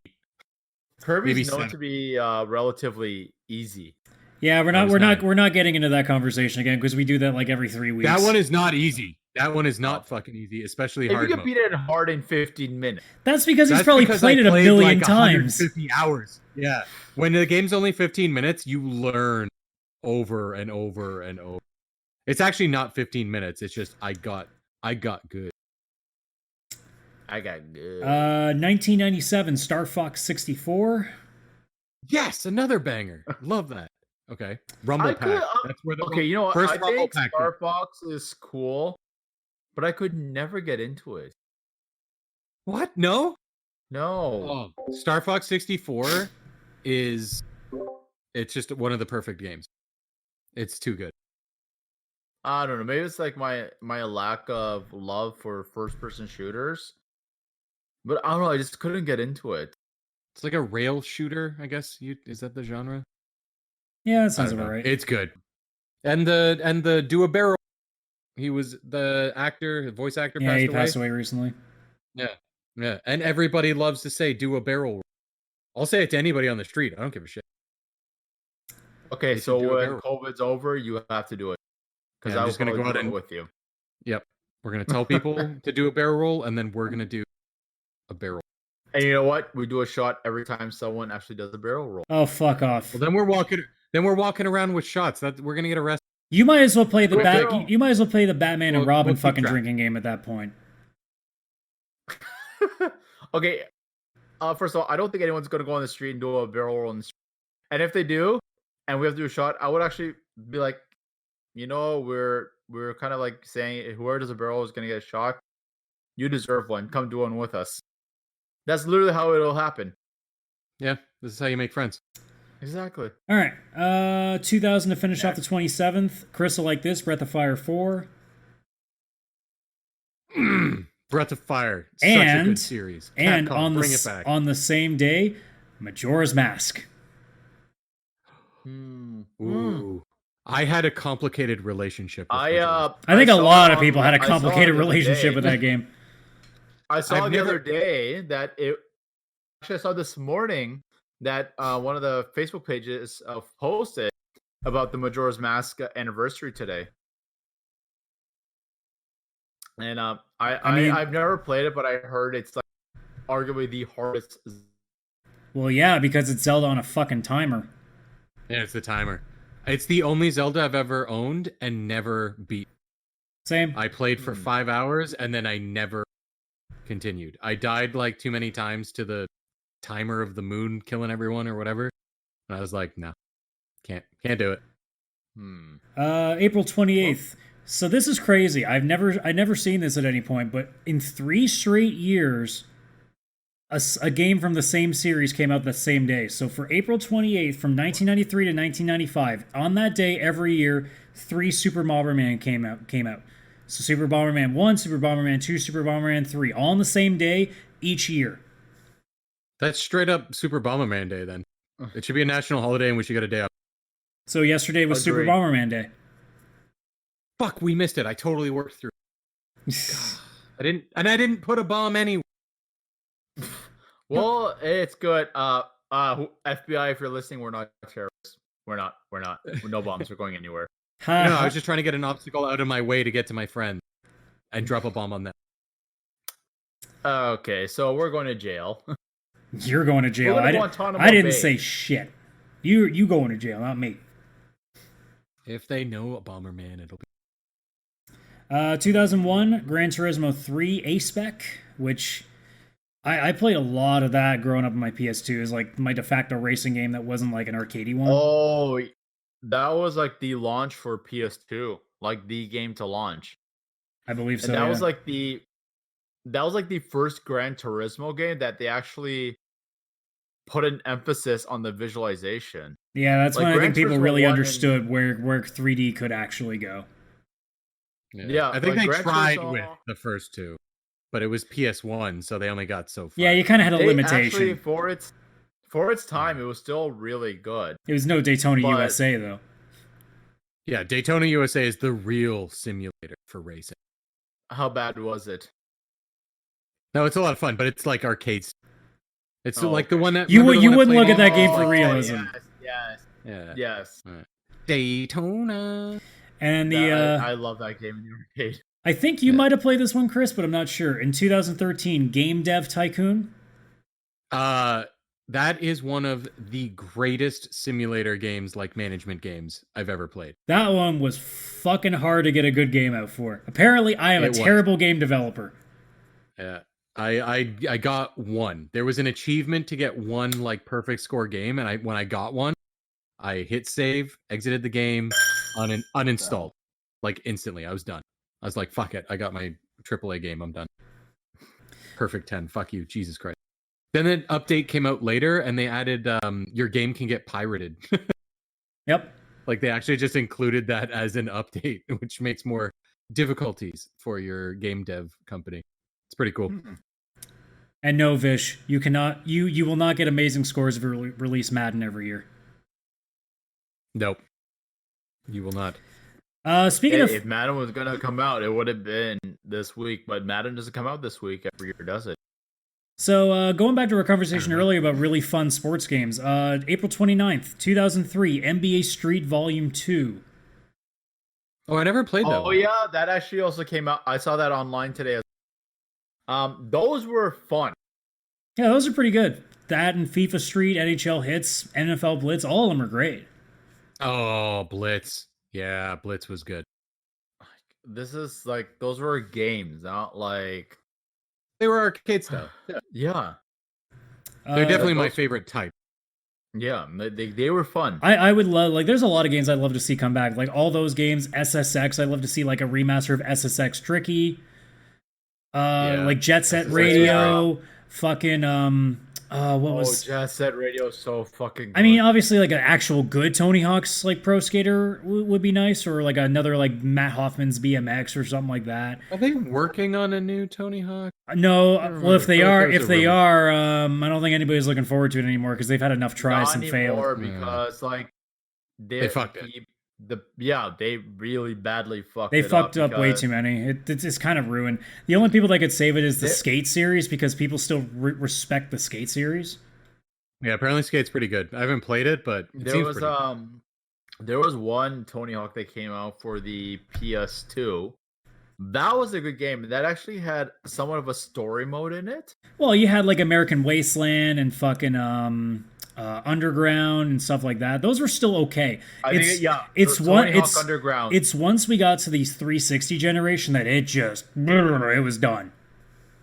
Especially when they did. I think it would do you just guys, get better. Do you guys remember It went the that? EA route. Do you remember them doing the peripheral? peripheral, like the skateboard peripheral, like was fucking Guitar Hero, Tony Hawk Ride? Oh my god, I forgot about Oh, that yeah. peripheral. And I it want was to beat Dark Souls with it. and it was broke bad as was it? fuck. It was stupid broken. Like WWE I mean, did it have 2K20 wheels? broken. It depends if it came with wheels or not. Maybe that's No, so it's That's good. It was almost, it looked like a fucking pillow. It didn't have wheels. It was just a thing that sat on the Yeah. floor. it's the Wii balance WWE board. 2K20 is going to be like a gamer legend of futility. Yeah, if you want to, it's Maybe. that will be the new. This game is broken. It's the new Superman 64. Yeah. That's what it is. Moving on. 2004 Pikmin 2. I mean, I've never played Pikmin. played any of them. I played a tiny I've bit of it only at a played them friend's in house. Smash Bros. I mean, I never owned a GameCube, so it was hard for me to get a hold of those games. Mm. 2008. Oh, sorry. Finish what you're What doing. is it? Sorry. No, I'm just curious because It's like one of those weird. It's like one of those Brothers. weird games where it's you basically just throw around a bunch of Pikmin to do all the work for you. It's almost like an army simulator in a way. It's just like really like childish. Very. 2000. I don't think I can get into it. Sorry, go ahead. No, you probably. 2008? I don't think any of us could get into that. 2008 Grand Theft Auto 4, which it's a really heavy topic for people because there are people that love the franchise that fucking hate it, and then there are people that try to defend it as being realistic. To which I'm like, that's not what we expect from GTA. I never beat that one. No, I didn't either. Nah. I I didn't never mind really the played Russian it. aspect and stuff. I don't know. The story Nobody never... in that game was likable, and not even like you. Yeah. Like I'm talking like not even a person I want to hear. Like I can. Obviously, Franklin, Michael, and Trevor in the fifth game are not likable, but they're at least interesting to watch do stupid shit. You kind of want to and watch them do their stupid shit. Nico and fucking Roman, I was just like, I don't want to deal with you guys. You guys aren't fun. No.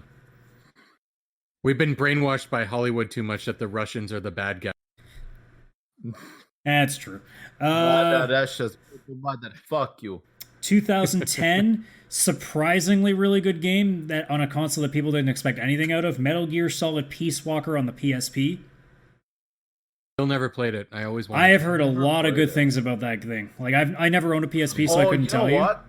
I think that's the game where Roy Campbell is meant as a private, Yes. Sure. where he's not. Yes. No, he's a general in other Metal Gear Solid games, but it's like a prequel where he's a lot younger and he's a private meeting Big Boss. I mean, I He's personally, a recruitable character. I personally don't know not too trying much to about the make this series, so I sexual. couldn't tell you. Yeah. Colonel. Damn. Yeah, Yeah, he's it's just a like- recruitable character. You can get him along with Emmerich's dad and a couple other characters from that you'll see in If Metal I'm- Gear Solid 5 and then the Ground Zeroes, the chick who blew up. Can't remember her name. Paz. I never played Ground Zeroes. There's a lot in for Metal Gear Solid 5. I never played Ground. What, you didn't want to I pay never knew $40 for a demo? Doesn't it come with it now? I have it actually. It might Oh, now. It didn't at the time, which was I beat it in retarded. 2 No, hours. No, it It's doesn't very come short. with it, but you can upload the game save data from that game to Yeah. continue on into Phantom Pain. I never knew. I thought it was just it's a Metal Gear Solid game. Oh, it got 10. I never knew like how it was so painfully hard that I'm just like, I don't. If I could like make myself angry other ways. I don't need this shit. Yeah. Yeah. It was really, really hard. But it And then- explains where MGS5 starts. But then, like, I don't know. I feel like you could play MGS5 on its own without Phantom Pain, minus a few minor areas in the You game. mean itself. ground, While you you're mean in a ground hospital? zeros. Yeah. No. I mean, yeah. Okay, maybe. Okay, yes. Whatever. Let's. We spent enough time. A couple more games on the 29th, 2014. I know Vish wouldn't have heard of this. Chris might have. Child of Light. No, I actually haven't. Heard of. I'm like 4 hours in. Just not played recently. I was about to say, I've like, never 4 heard- hours. Ubisoft made this. It's very much like an indie RPG, almost in a way. It's almost like if if like Disney and Studio Ghibli worked together and kind of just came out with like an RPG in a way. Like Actually, it's that is a perfect description. it's very kid Oh, friendly. it's Kingdom Hearts. No, it's just a really kid friendly RPG. Yeah. It looks I'm not saying hand-drawn. there's Disney or Ghibli characters into it. It's just like the art style and like Yeah. the childish like design to it. Yeah. Hmm. A child princess. She might be a princess. I feel like she was. Something like She's that. going Yeah. on an adventure RPG kind of thing. They came out with that game and one called Valiant Hearts, which was a World War One story, but in the same art style. That And I is beat that the is other a one, but heavy game. Valiant Hearts is a I heavy beat one. Valiant Hearts, and that at the end, I was like, I need a moment. I need to go lie down. Yep. I feel things. What system is this game on, or what generation is this game? This would be on almost everything. Like anything from last Yeah. generation to now. I believe it's on most consoles today too. So it would be like I would- PS3 to now. Yeah, it started on PS3. I don't know if it was on 3. Did it? No, yeah, it started there. Oh, okay. Yeah, Yeah, it was right around when PS4 was just coming. yeah. I remember that. Last on this day, 2015, Xenoblade Chronicles X for I believe that would have been Wii U. And this is Is before. that the second? Yeah. I think it's the original because again, Japan likes naming things weird. Yeah. Because the original came out on Wii, but I feel like they released it again on Wii U. And that's when I the don't know. Nintendo fans say like that's their JRPG. That's not Nintendo made. That's been the big one.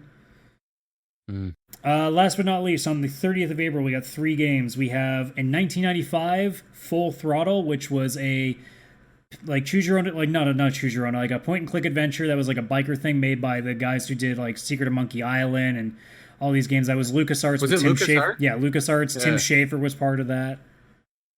Mm-hmm. 1999. This is the big one for everybody. Pokemon fucking Stadium. Oh, yeah. I was looking so forward to that game, and it was disappointing. You suck. You don't like fun things. I like fun things. It's just I thought If you were I- expecting a full Pokemon game on N64 graphics, that would have looked Yeah. trash. No. Yeah. I was not looking for that. It's just a lot of cheaply done, like seismic toss. It was like You want to talk about cheaply done? Look at the new fucking Pokemon game. Or the Game Boy one. That was Woo! the same time. Pokemon But the Stadium at Game least Boy was tried on some expected. shit. Also, Playing Pokemon Stadium, if you didn't already own everything, would be very expensive to get into. Because pretty much to enjoy that game, you had to have a Game Boy and the Pokemon game. like all the it's mini game also- Pokemon the Stadium. I other also thing remember is too for the- all the mini games.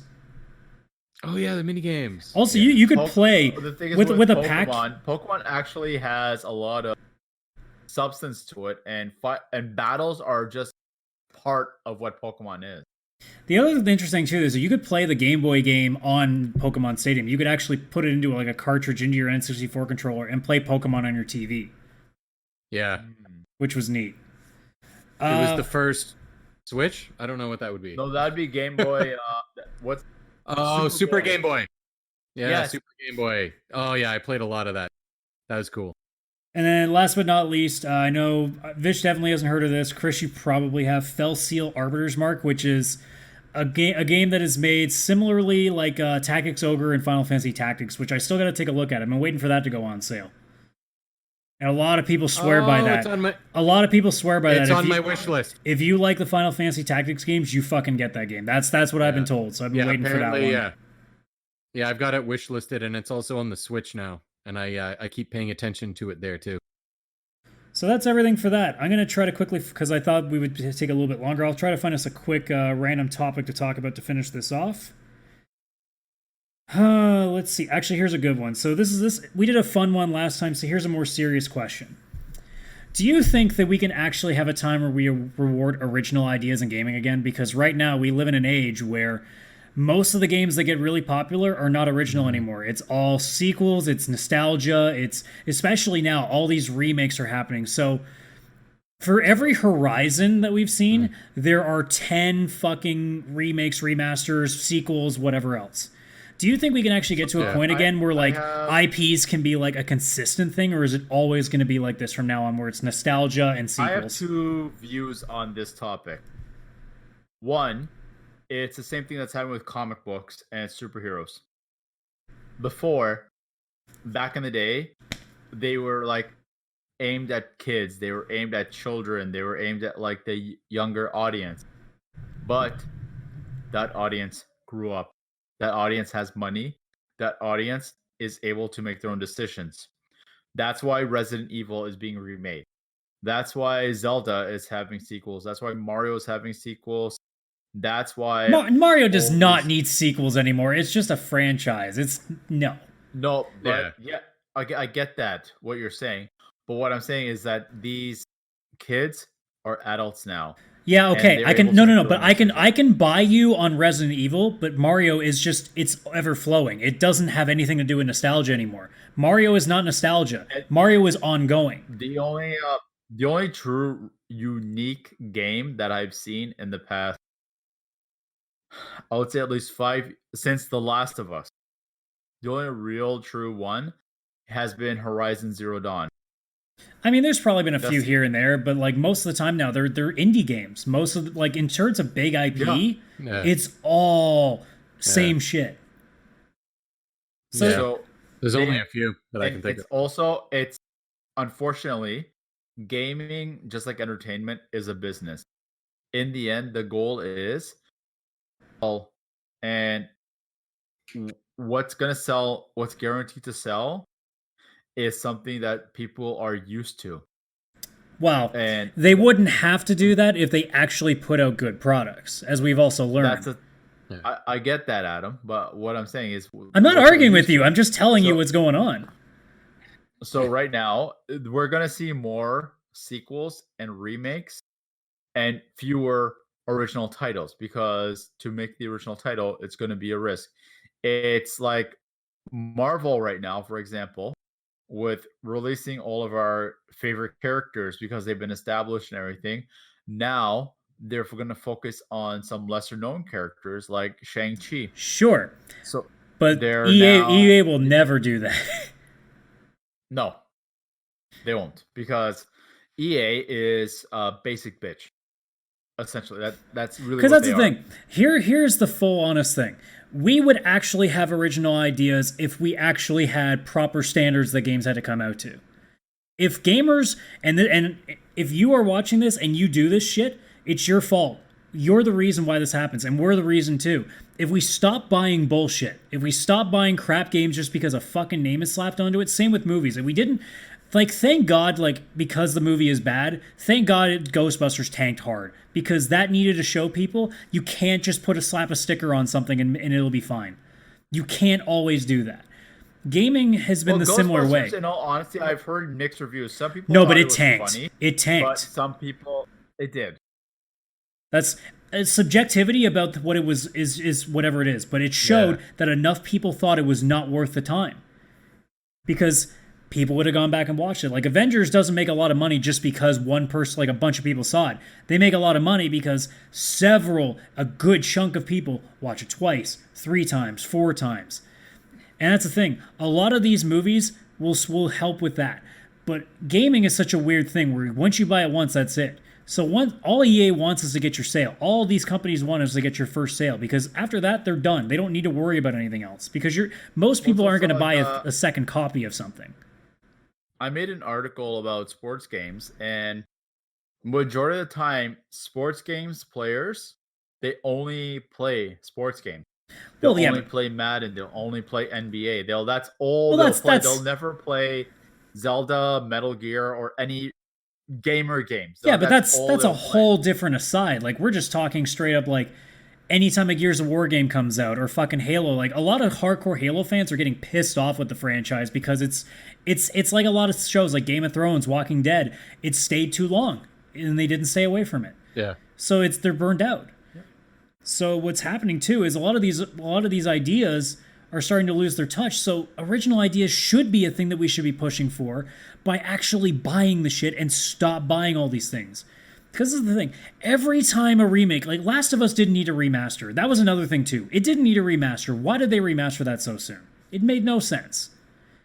And of course, between PS3 and PS4 is not significant. They did at like all. they could have just I re-released the don't- game digitally. You didn't have to make it in disc form with I a don't remaster. think the gap- Yeah. I don't think the gap between PS4 and PS5 that generation is going to be that drastic. We've had this conversation before. The gap between the consoles will have nothing to do with graphics. It will be the processing power. This will be Performance. Yeah. legitimately the biggest change since PS2 to PS3, without question.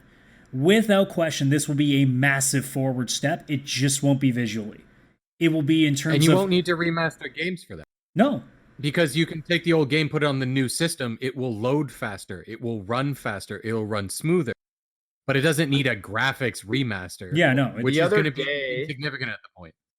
Today I was thinking about like how for saving games we needed to buy memory cards, and then we had to delete save games so we could save different games. Like it was such a fucking pain. It's like, oh, but I may want to. I do miss the little symbols on my PS2 memory card, though. Yeah, no, those were cool. Oh, yeah. Those were cool. I remember having a hard drive in an old computer that was 500 megabytes inside. Oh, yeah. That's half a gig. Like, that was the hard drive You, running. you want to go Windows real far back? Hey, kids, you want to know what it used to be like for us growing up? If you wanted to 8 gigs download... of fucking hard drive on a computer. If you wanted to listen to a single song, you had to wait 30 minutes for it to download, and if somebody called the house while you were downloading it, everything died, and you had to start all over again. Yeah. You had to Yeah, start all that's a fuck- meme. It's like I'm this old. Get off Yeah. the phone. I'm trying to go on the internet. Yeah. But that's the thing. Like I Horizon, like you said, is one of those very few things. The Last of Us as well is another one of them. It's very rare, and we know that when they work, because most of the time they do, because people are so tired of the same shit. It's one of those things that I don't get why people aren't trying to do. You don't even have to spend a shit ton of money on a budget. You can make a budget, like, indie-style game and try from there. Like, again, but all these companies, all they see is the billions of dollars, and all they see is the microtransaction round. So I could think of 4 actually unique franchises in recent history that have worked. Uncharted, Gears of War. Well, I'm not even talking The this Last- generation. Like, this generation, the last, of like, Us 5 years. and now Horizon. Those are the only 4 truly Well, unique. those are on. And technically, On 3 of them PS4, are yeah. previous generation. Yeah. Yeah. In Because you can then throw in a lot of stuff in there, like The Witcher 3, all of the Assassin's Creed games. But when did the All of Witcher those have been did super. Well, Witcher did The started on Witcher not PC. start on the PS. I don't. Do we even get console versions? I guess we must have gotten console Witcher- versions eventually. Witcher 1 was PC only, Witcher 2 was PC and Xbox 360, and then Witcher 3 Oh, okay, so was everything. Witcher 2 was on that. But I mean, generation. realistically speaking, original Yeah. ideas they just don't. They don't get it. They don't exist in a AAA standpoint. Because that's the thing. People will say, "Oh, original ideas are fine. Just play indie games." Yeah, but indie games are such a weird thing to go Yeah. through because for every one really good indie game, there's 2,000 shit ones that you have to dig through. Like I am looking forward to when Mike releases Hellbound. I think that'll be a fun game in general. Well, Yeah. and that's Oh, the yeah. thing too. I mean, there's a lot of great original ideas, but if you're talking like game of the year stuff that the mainstream media covers, it just doesn't happen. Like, what have we had recently? Obviously, Horizon. We had Death Stranding. We've had. And Death Stranding was split between everybody. Well, Either again, you I'm love- not even talking. I'm not even talking ratings. I'm just talking straight up AAA games. There's not Yeah. that many. I mean, you could technically count Marvel Spider-Man, but you technically can't because it's more of a movie license. Well, Yeah. not a movie license, but it's a licensed game. It's a licensed game. Same with like a Fallen Order. I would argue. Sorry, dude. Yeah. I was gonna say this is why I think everybody's so excited for Cyberpunk 2077, because if you think about how much we've actually seen of that game, it's not that much. No. We've seen a bunch of cutscenes, very little gameplay. It's more just it's an original idea. We've seen the settings, the graphics they're willing to do, and it's the people behind the Witcher series, which I mean they're really, really, really good at what they do. Very fair developer, blah blah blah blah blah. But I think that's why everybody's so excited about it, because it's a really good developer, but an original, really cool new idea that everybody can jump on. It's like the first Halo. It's like the first Metal Gear. It's like, I don't know, the first Uncharted. It's one of those Different things gameplay, where every time E3 happens and we see something completely brand new, it takes us off guard now because we don't expect it anymore. We expect every sequel under the fucking sun. Well, Yeah. the thing is, even with E3, it's like it's a cash cow. It's like you gotta pay to be there, and there could be a fucking. Well, but if you're gem. Sony or Microsoft, like throw a fucking cool IP in there. Like, I'm not talking some Yeah, random guy coming. yeah. Like, come on, man. Like Yeah, it it seems like there's one new IP and then like 5 or 6 sequels or remasters. like you can make whatever excuse it is. Like, just say it's a business, fine, but you're fucking lazy. And us as gamers need to stop supporting that shit. Because not every game that comes out we need to buy. Because we seem to assume that just because it's a series we like, and I learned this with Mass Effect, and I'm going to be a hell of a lot more careful in the future, just because it has something we're familiar with doesn't mean we automatically think it's a good enough game to buy. And companies need to start understanding this if we actually take the proper action against these things, that you can't just slap a label on shit. You have to give us quality. I really want it to be that way. Oh, they won't. Unfortunately, the are just aren't gonna have the balls to do it.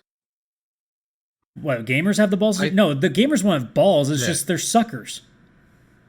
Yeah. Plain I and think simple. the big thing is just oh sorry. Yeah, I was gonna say that just the big thing is like as Vishal mentioned, these companies want guaranteed money. And like the Marvel MCU, when it first was an idea with even Iron Man and stuff, wasn't necessarily a new idea because they were always doing the X-Men That franchise, actually- Spider-Man. And to be all that totally other stuff. honest, the MCU started off with a huge risk because besides us, like besides the typical Marvel fans, no one really knows about Iron Man back then. No one really knew who the Yeah, fuck is Tony yeah. Stark. And then Robert Downey Jr. was a train wreck. And it's like, yeah, you fuck this up, you're done. Well, that's the thing. If So they, I don't even know if There they was a were. lot of risk on Iron Man. well, if And to think that like what started it, and it still holds up. If you so I'm actually very proud of her. My sister decided during quarantine she's gonna watch the MCU from beginning to end. So she's now on Thor: The Dark World, unfortunately. And hey, you got to she get watched- through all the bullshit like the rest of us did. Yep. Yeah. But it's like, and I told her, I'm like, yeah, Thor: The Dark World. It's like, it's once you get through it, you're fine, because after that, it's Winter Soldier, and then it's like, hey, this, because honestly, after I watched Thor: The Dark World, I'm like, oh great, Marvel movies aren't going to be that good anymore. Winter Soldier comes like, hey, this is something awesome, and then Yeah. it's like, after that, it's like, hey, it's been consistently awesome. Well, like I And said, the they. thing- Sorry, go ahead, dude. Oh, I was going to move on. So finish your little statement there with the MCU because No, we're I'm just talking gonna about say, games. Like, it was now the MCU is guaranteed money, but back then when it started, it wasn't. Well, and It that's the started thing. off think a it huge was. risk.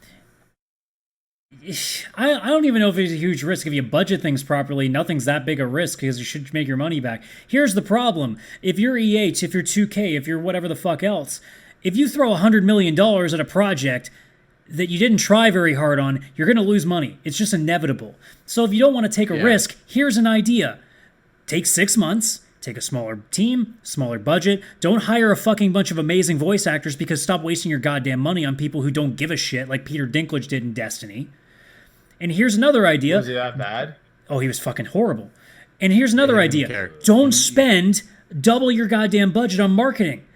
You are EA. You're Ubisoft. Use YouTube. That's all you got to do. Use YouTube. Yeah. No offense. Like and the as a reveal guy, today for Assassin's Creed was on Twitch. That's free. as a It's guy free who service. works for a company that prints marketing Assassin's material.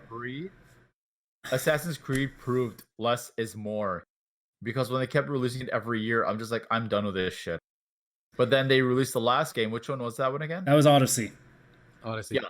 And you both said it was fucking awesome. Yeah, it was good. Yeah. Origins was also quite good. Mm. It was like the stepping stone to Odyssey. And then now that they're gonna have a Vikings one, that just sounds fucking. That sounds like a lot of great. fun. But again, going back to where I was, if as a guy who literally works for a place that prints marketing material, stop printing billboards for games.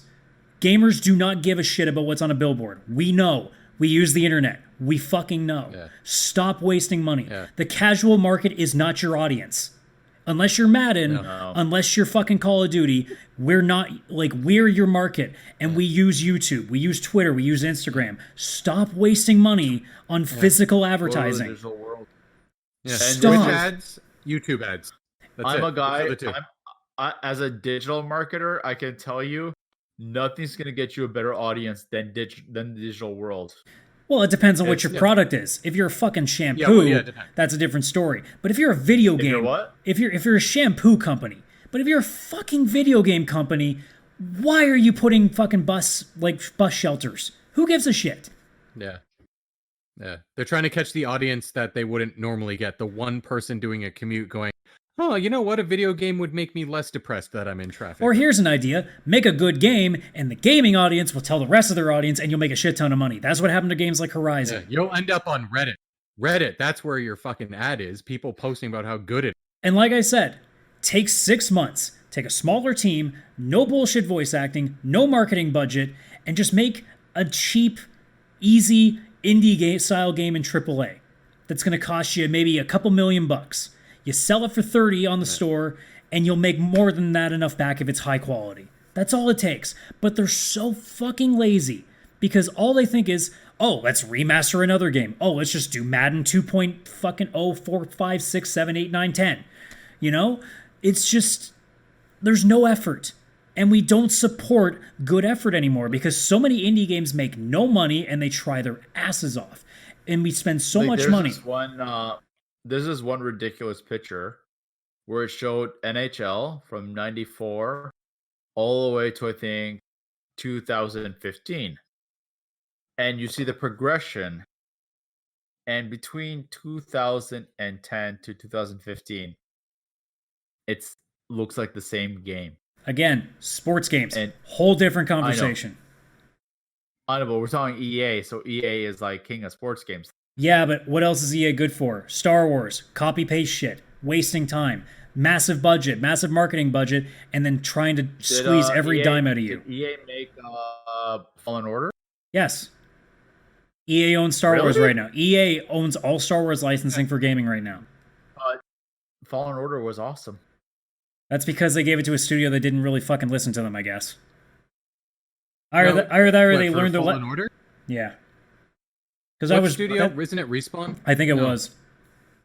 But either way. because that's subsidized by EA. Like EA owns Titanfall, owns Fallen Order, which is who owns who made Fallen Order. It's just a case where, again, like, it's, if you're a major publisher, there's no reason that you cannot put out good quality content. The problem is you want your money too goddamn fast. So you want to be a business, go be a business. But for once in your fucking life, gamers, stop buying that shit.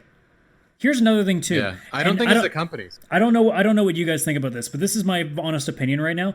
I don't ever want to pay full price for a game ever again unless it's one of those things that I know that I will absolutely play. I actually 100%. Won't. I'm trying to limit myself to 2 a year, 2 full price a year max. Yeah, I'm not even doing that anymore.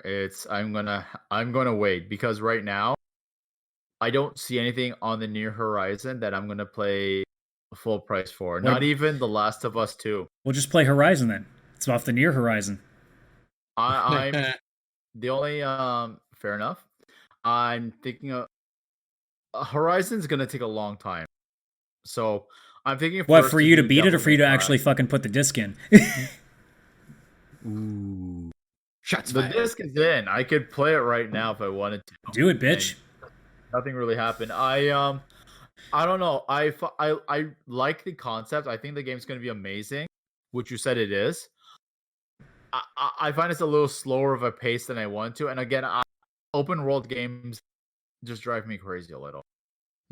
See, for me, that would be a day one purchase when it comes out on PC, but it's not, day one purchase in the sense that it's going to be an $80 game when it comes out. It might actually releases on PC. If it is, I'm not picking it up right away. Yeah. Like, there's no way I'm paying $80 for her.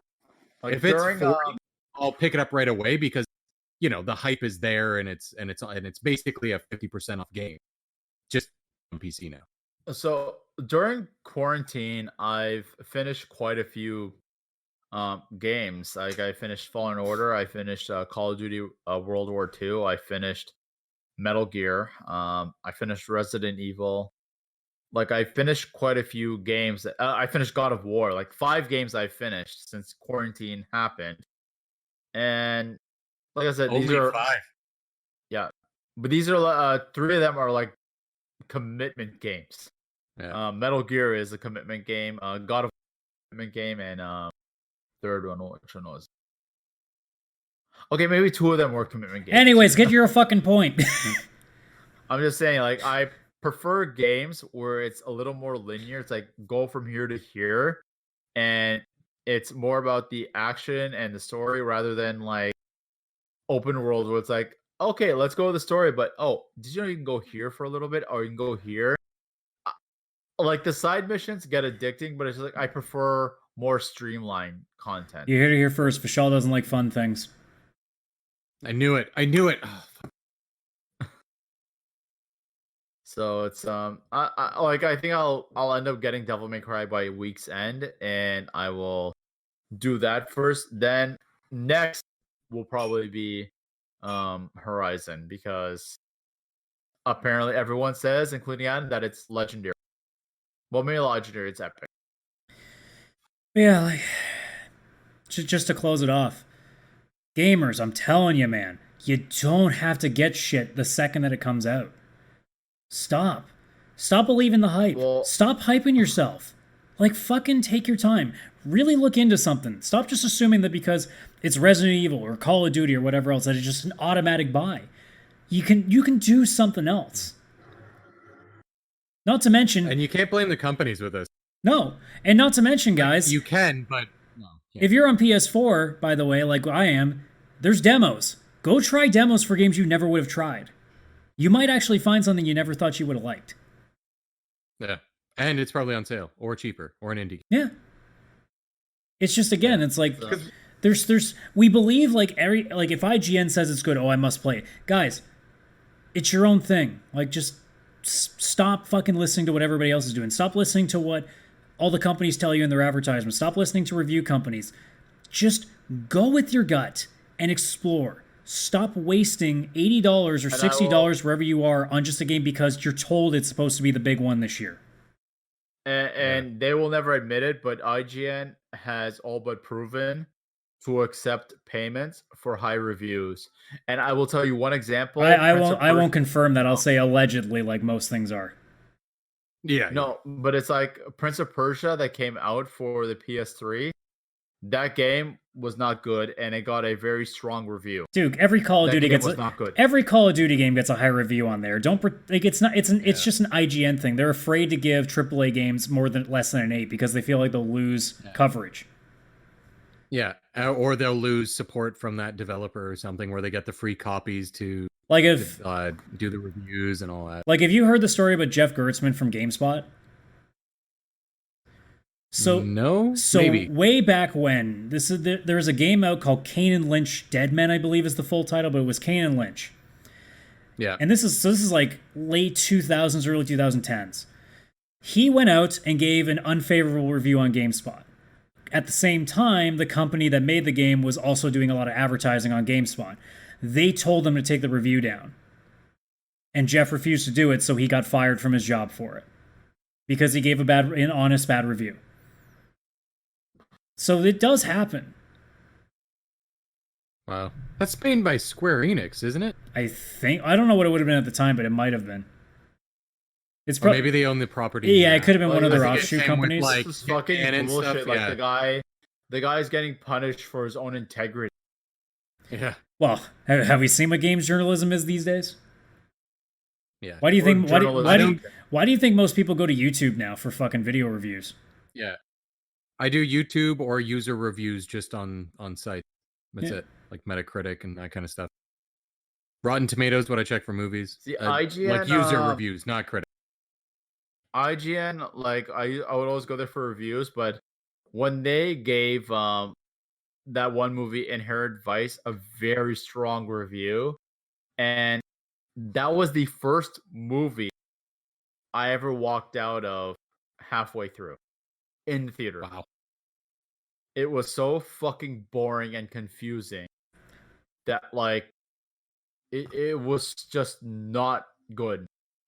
It's so hard to say too, because one person might really like the movie, but it's the problem too with those sites. The common theme was people, like critics, loved that movie, but the general audience was like, "What the fuck is going on?"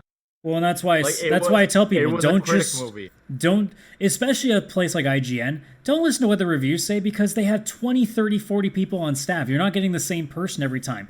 Pick a YouTuber, pick a consistent blogger, or somebody, the same person that starts to have the similar interests in you, and stick around with them, because they'll be consistent. Yes. Like I like IGN, what they used to do, and sorry, go ahead. Oh, I was just going to say, IGN doesn't have the same people doing the same games. You might have over 4 Call of Duty games have 4 different reviewers. You're never going to get an accurate sense. It's just IGN, an 8.7 on IGN doesn't mean anything because it's one person on their staff. But you generally don't even know who it is because they kind of bury it a bit too. So it's just one of those things where it's like, again, like pick a YouTuber, because you'll get a much more concise idea of it then. Yeah, especially if you find somebody who has the same likes and dislikes as you, or close. Yeah. And they're also not trying to rush the video out. Back in the day, what IGN used to do, when they did reviews, especially game reviews, they would have different categories, like reviewing the graphics, reviewing the gameplay, reviewing the replayability, the audio. That was cool. It could be like, hey, the graphics aren't that great in this game, but this game is fun as shit. Or, hey, this game looks amazing, but it's really... If I'm being honest, there's no point in doing that now, because you just do a video review and you can see it for yourself, right? Possibly. But they also, what they stopped doing, they would have a pros and cons on their reviews, describing what was good about the content, but describing what was also not good. And when I do my reviews on my website, I always put the pros and cons of the film, like whether it's like awesome story but very slowly paced and boring, great characters but terrible story. So it's a neutral thing. It's like, hey, you're talking about the good and the bad, because everything has the good and the bad. I mean, I don't know how this turned into a review thing. So we were talking about reviews in general. No, we weren't. We were talking about fucking originality. Remasters. Well, that's us. Yeah. Well, fuck. I had a review question in my fucking list. I guess I have to scratch that one out now. I think when it comes to these remasters and sequels and stuff, it's definitely the audience's fault. For some reason, all of us, especially our age, maybe even a little bit older, we're all stuck in this like nostalgia area. We want to see like, oh, they're making a new Batman. Oh, they're making a new, like, even Marvel. Like, at this point, it is just nostalgia. It's been going that long. Yeah, but here's the thing. It's not nostalgia technically, because it's a new adaptation that we never got before. It's not like we've had several Iron Man movies. Yeah, it's still going. But with games, it's literally taking things that we have played a long time ago. It would be one thing. They are not doing this because they wanted to like every time they say, we want to introduce us to a new generation of gamers. Fuck off. You're bullshit. Yeah. The new generation of gamers don't have money. Go fuck yourself. We're not stupid. Yeah. And that was like when Marvel said, "Oh, we didn't introduce Baby Groot to sell toys." Sure, you didn't. Yeah. I think it's just everybody's on this kick of nostalgia, or it's just like things they know. It's like people are more busy now, so they don't want to try things that are new. They want to just do things they're already used to. And all these companies, you can't blame them, because they're making movie things.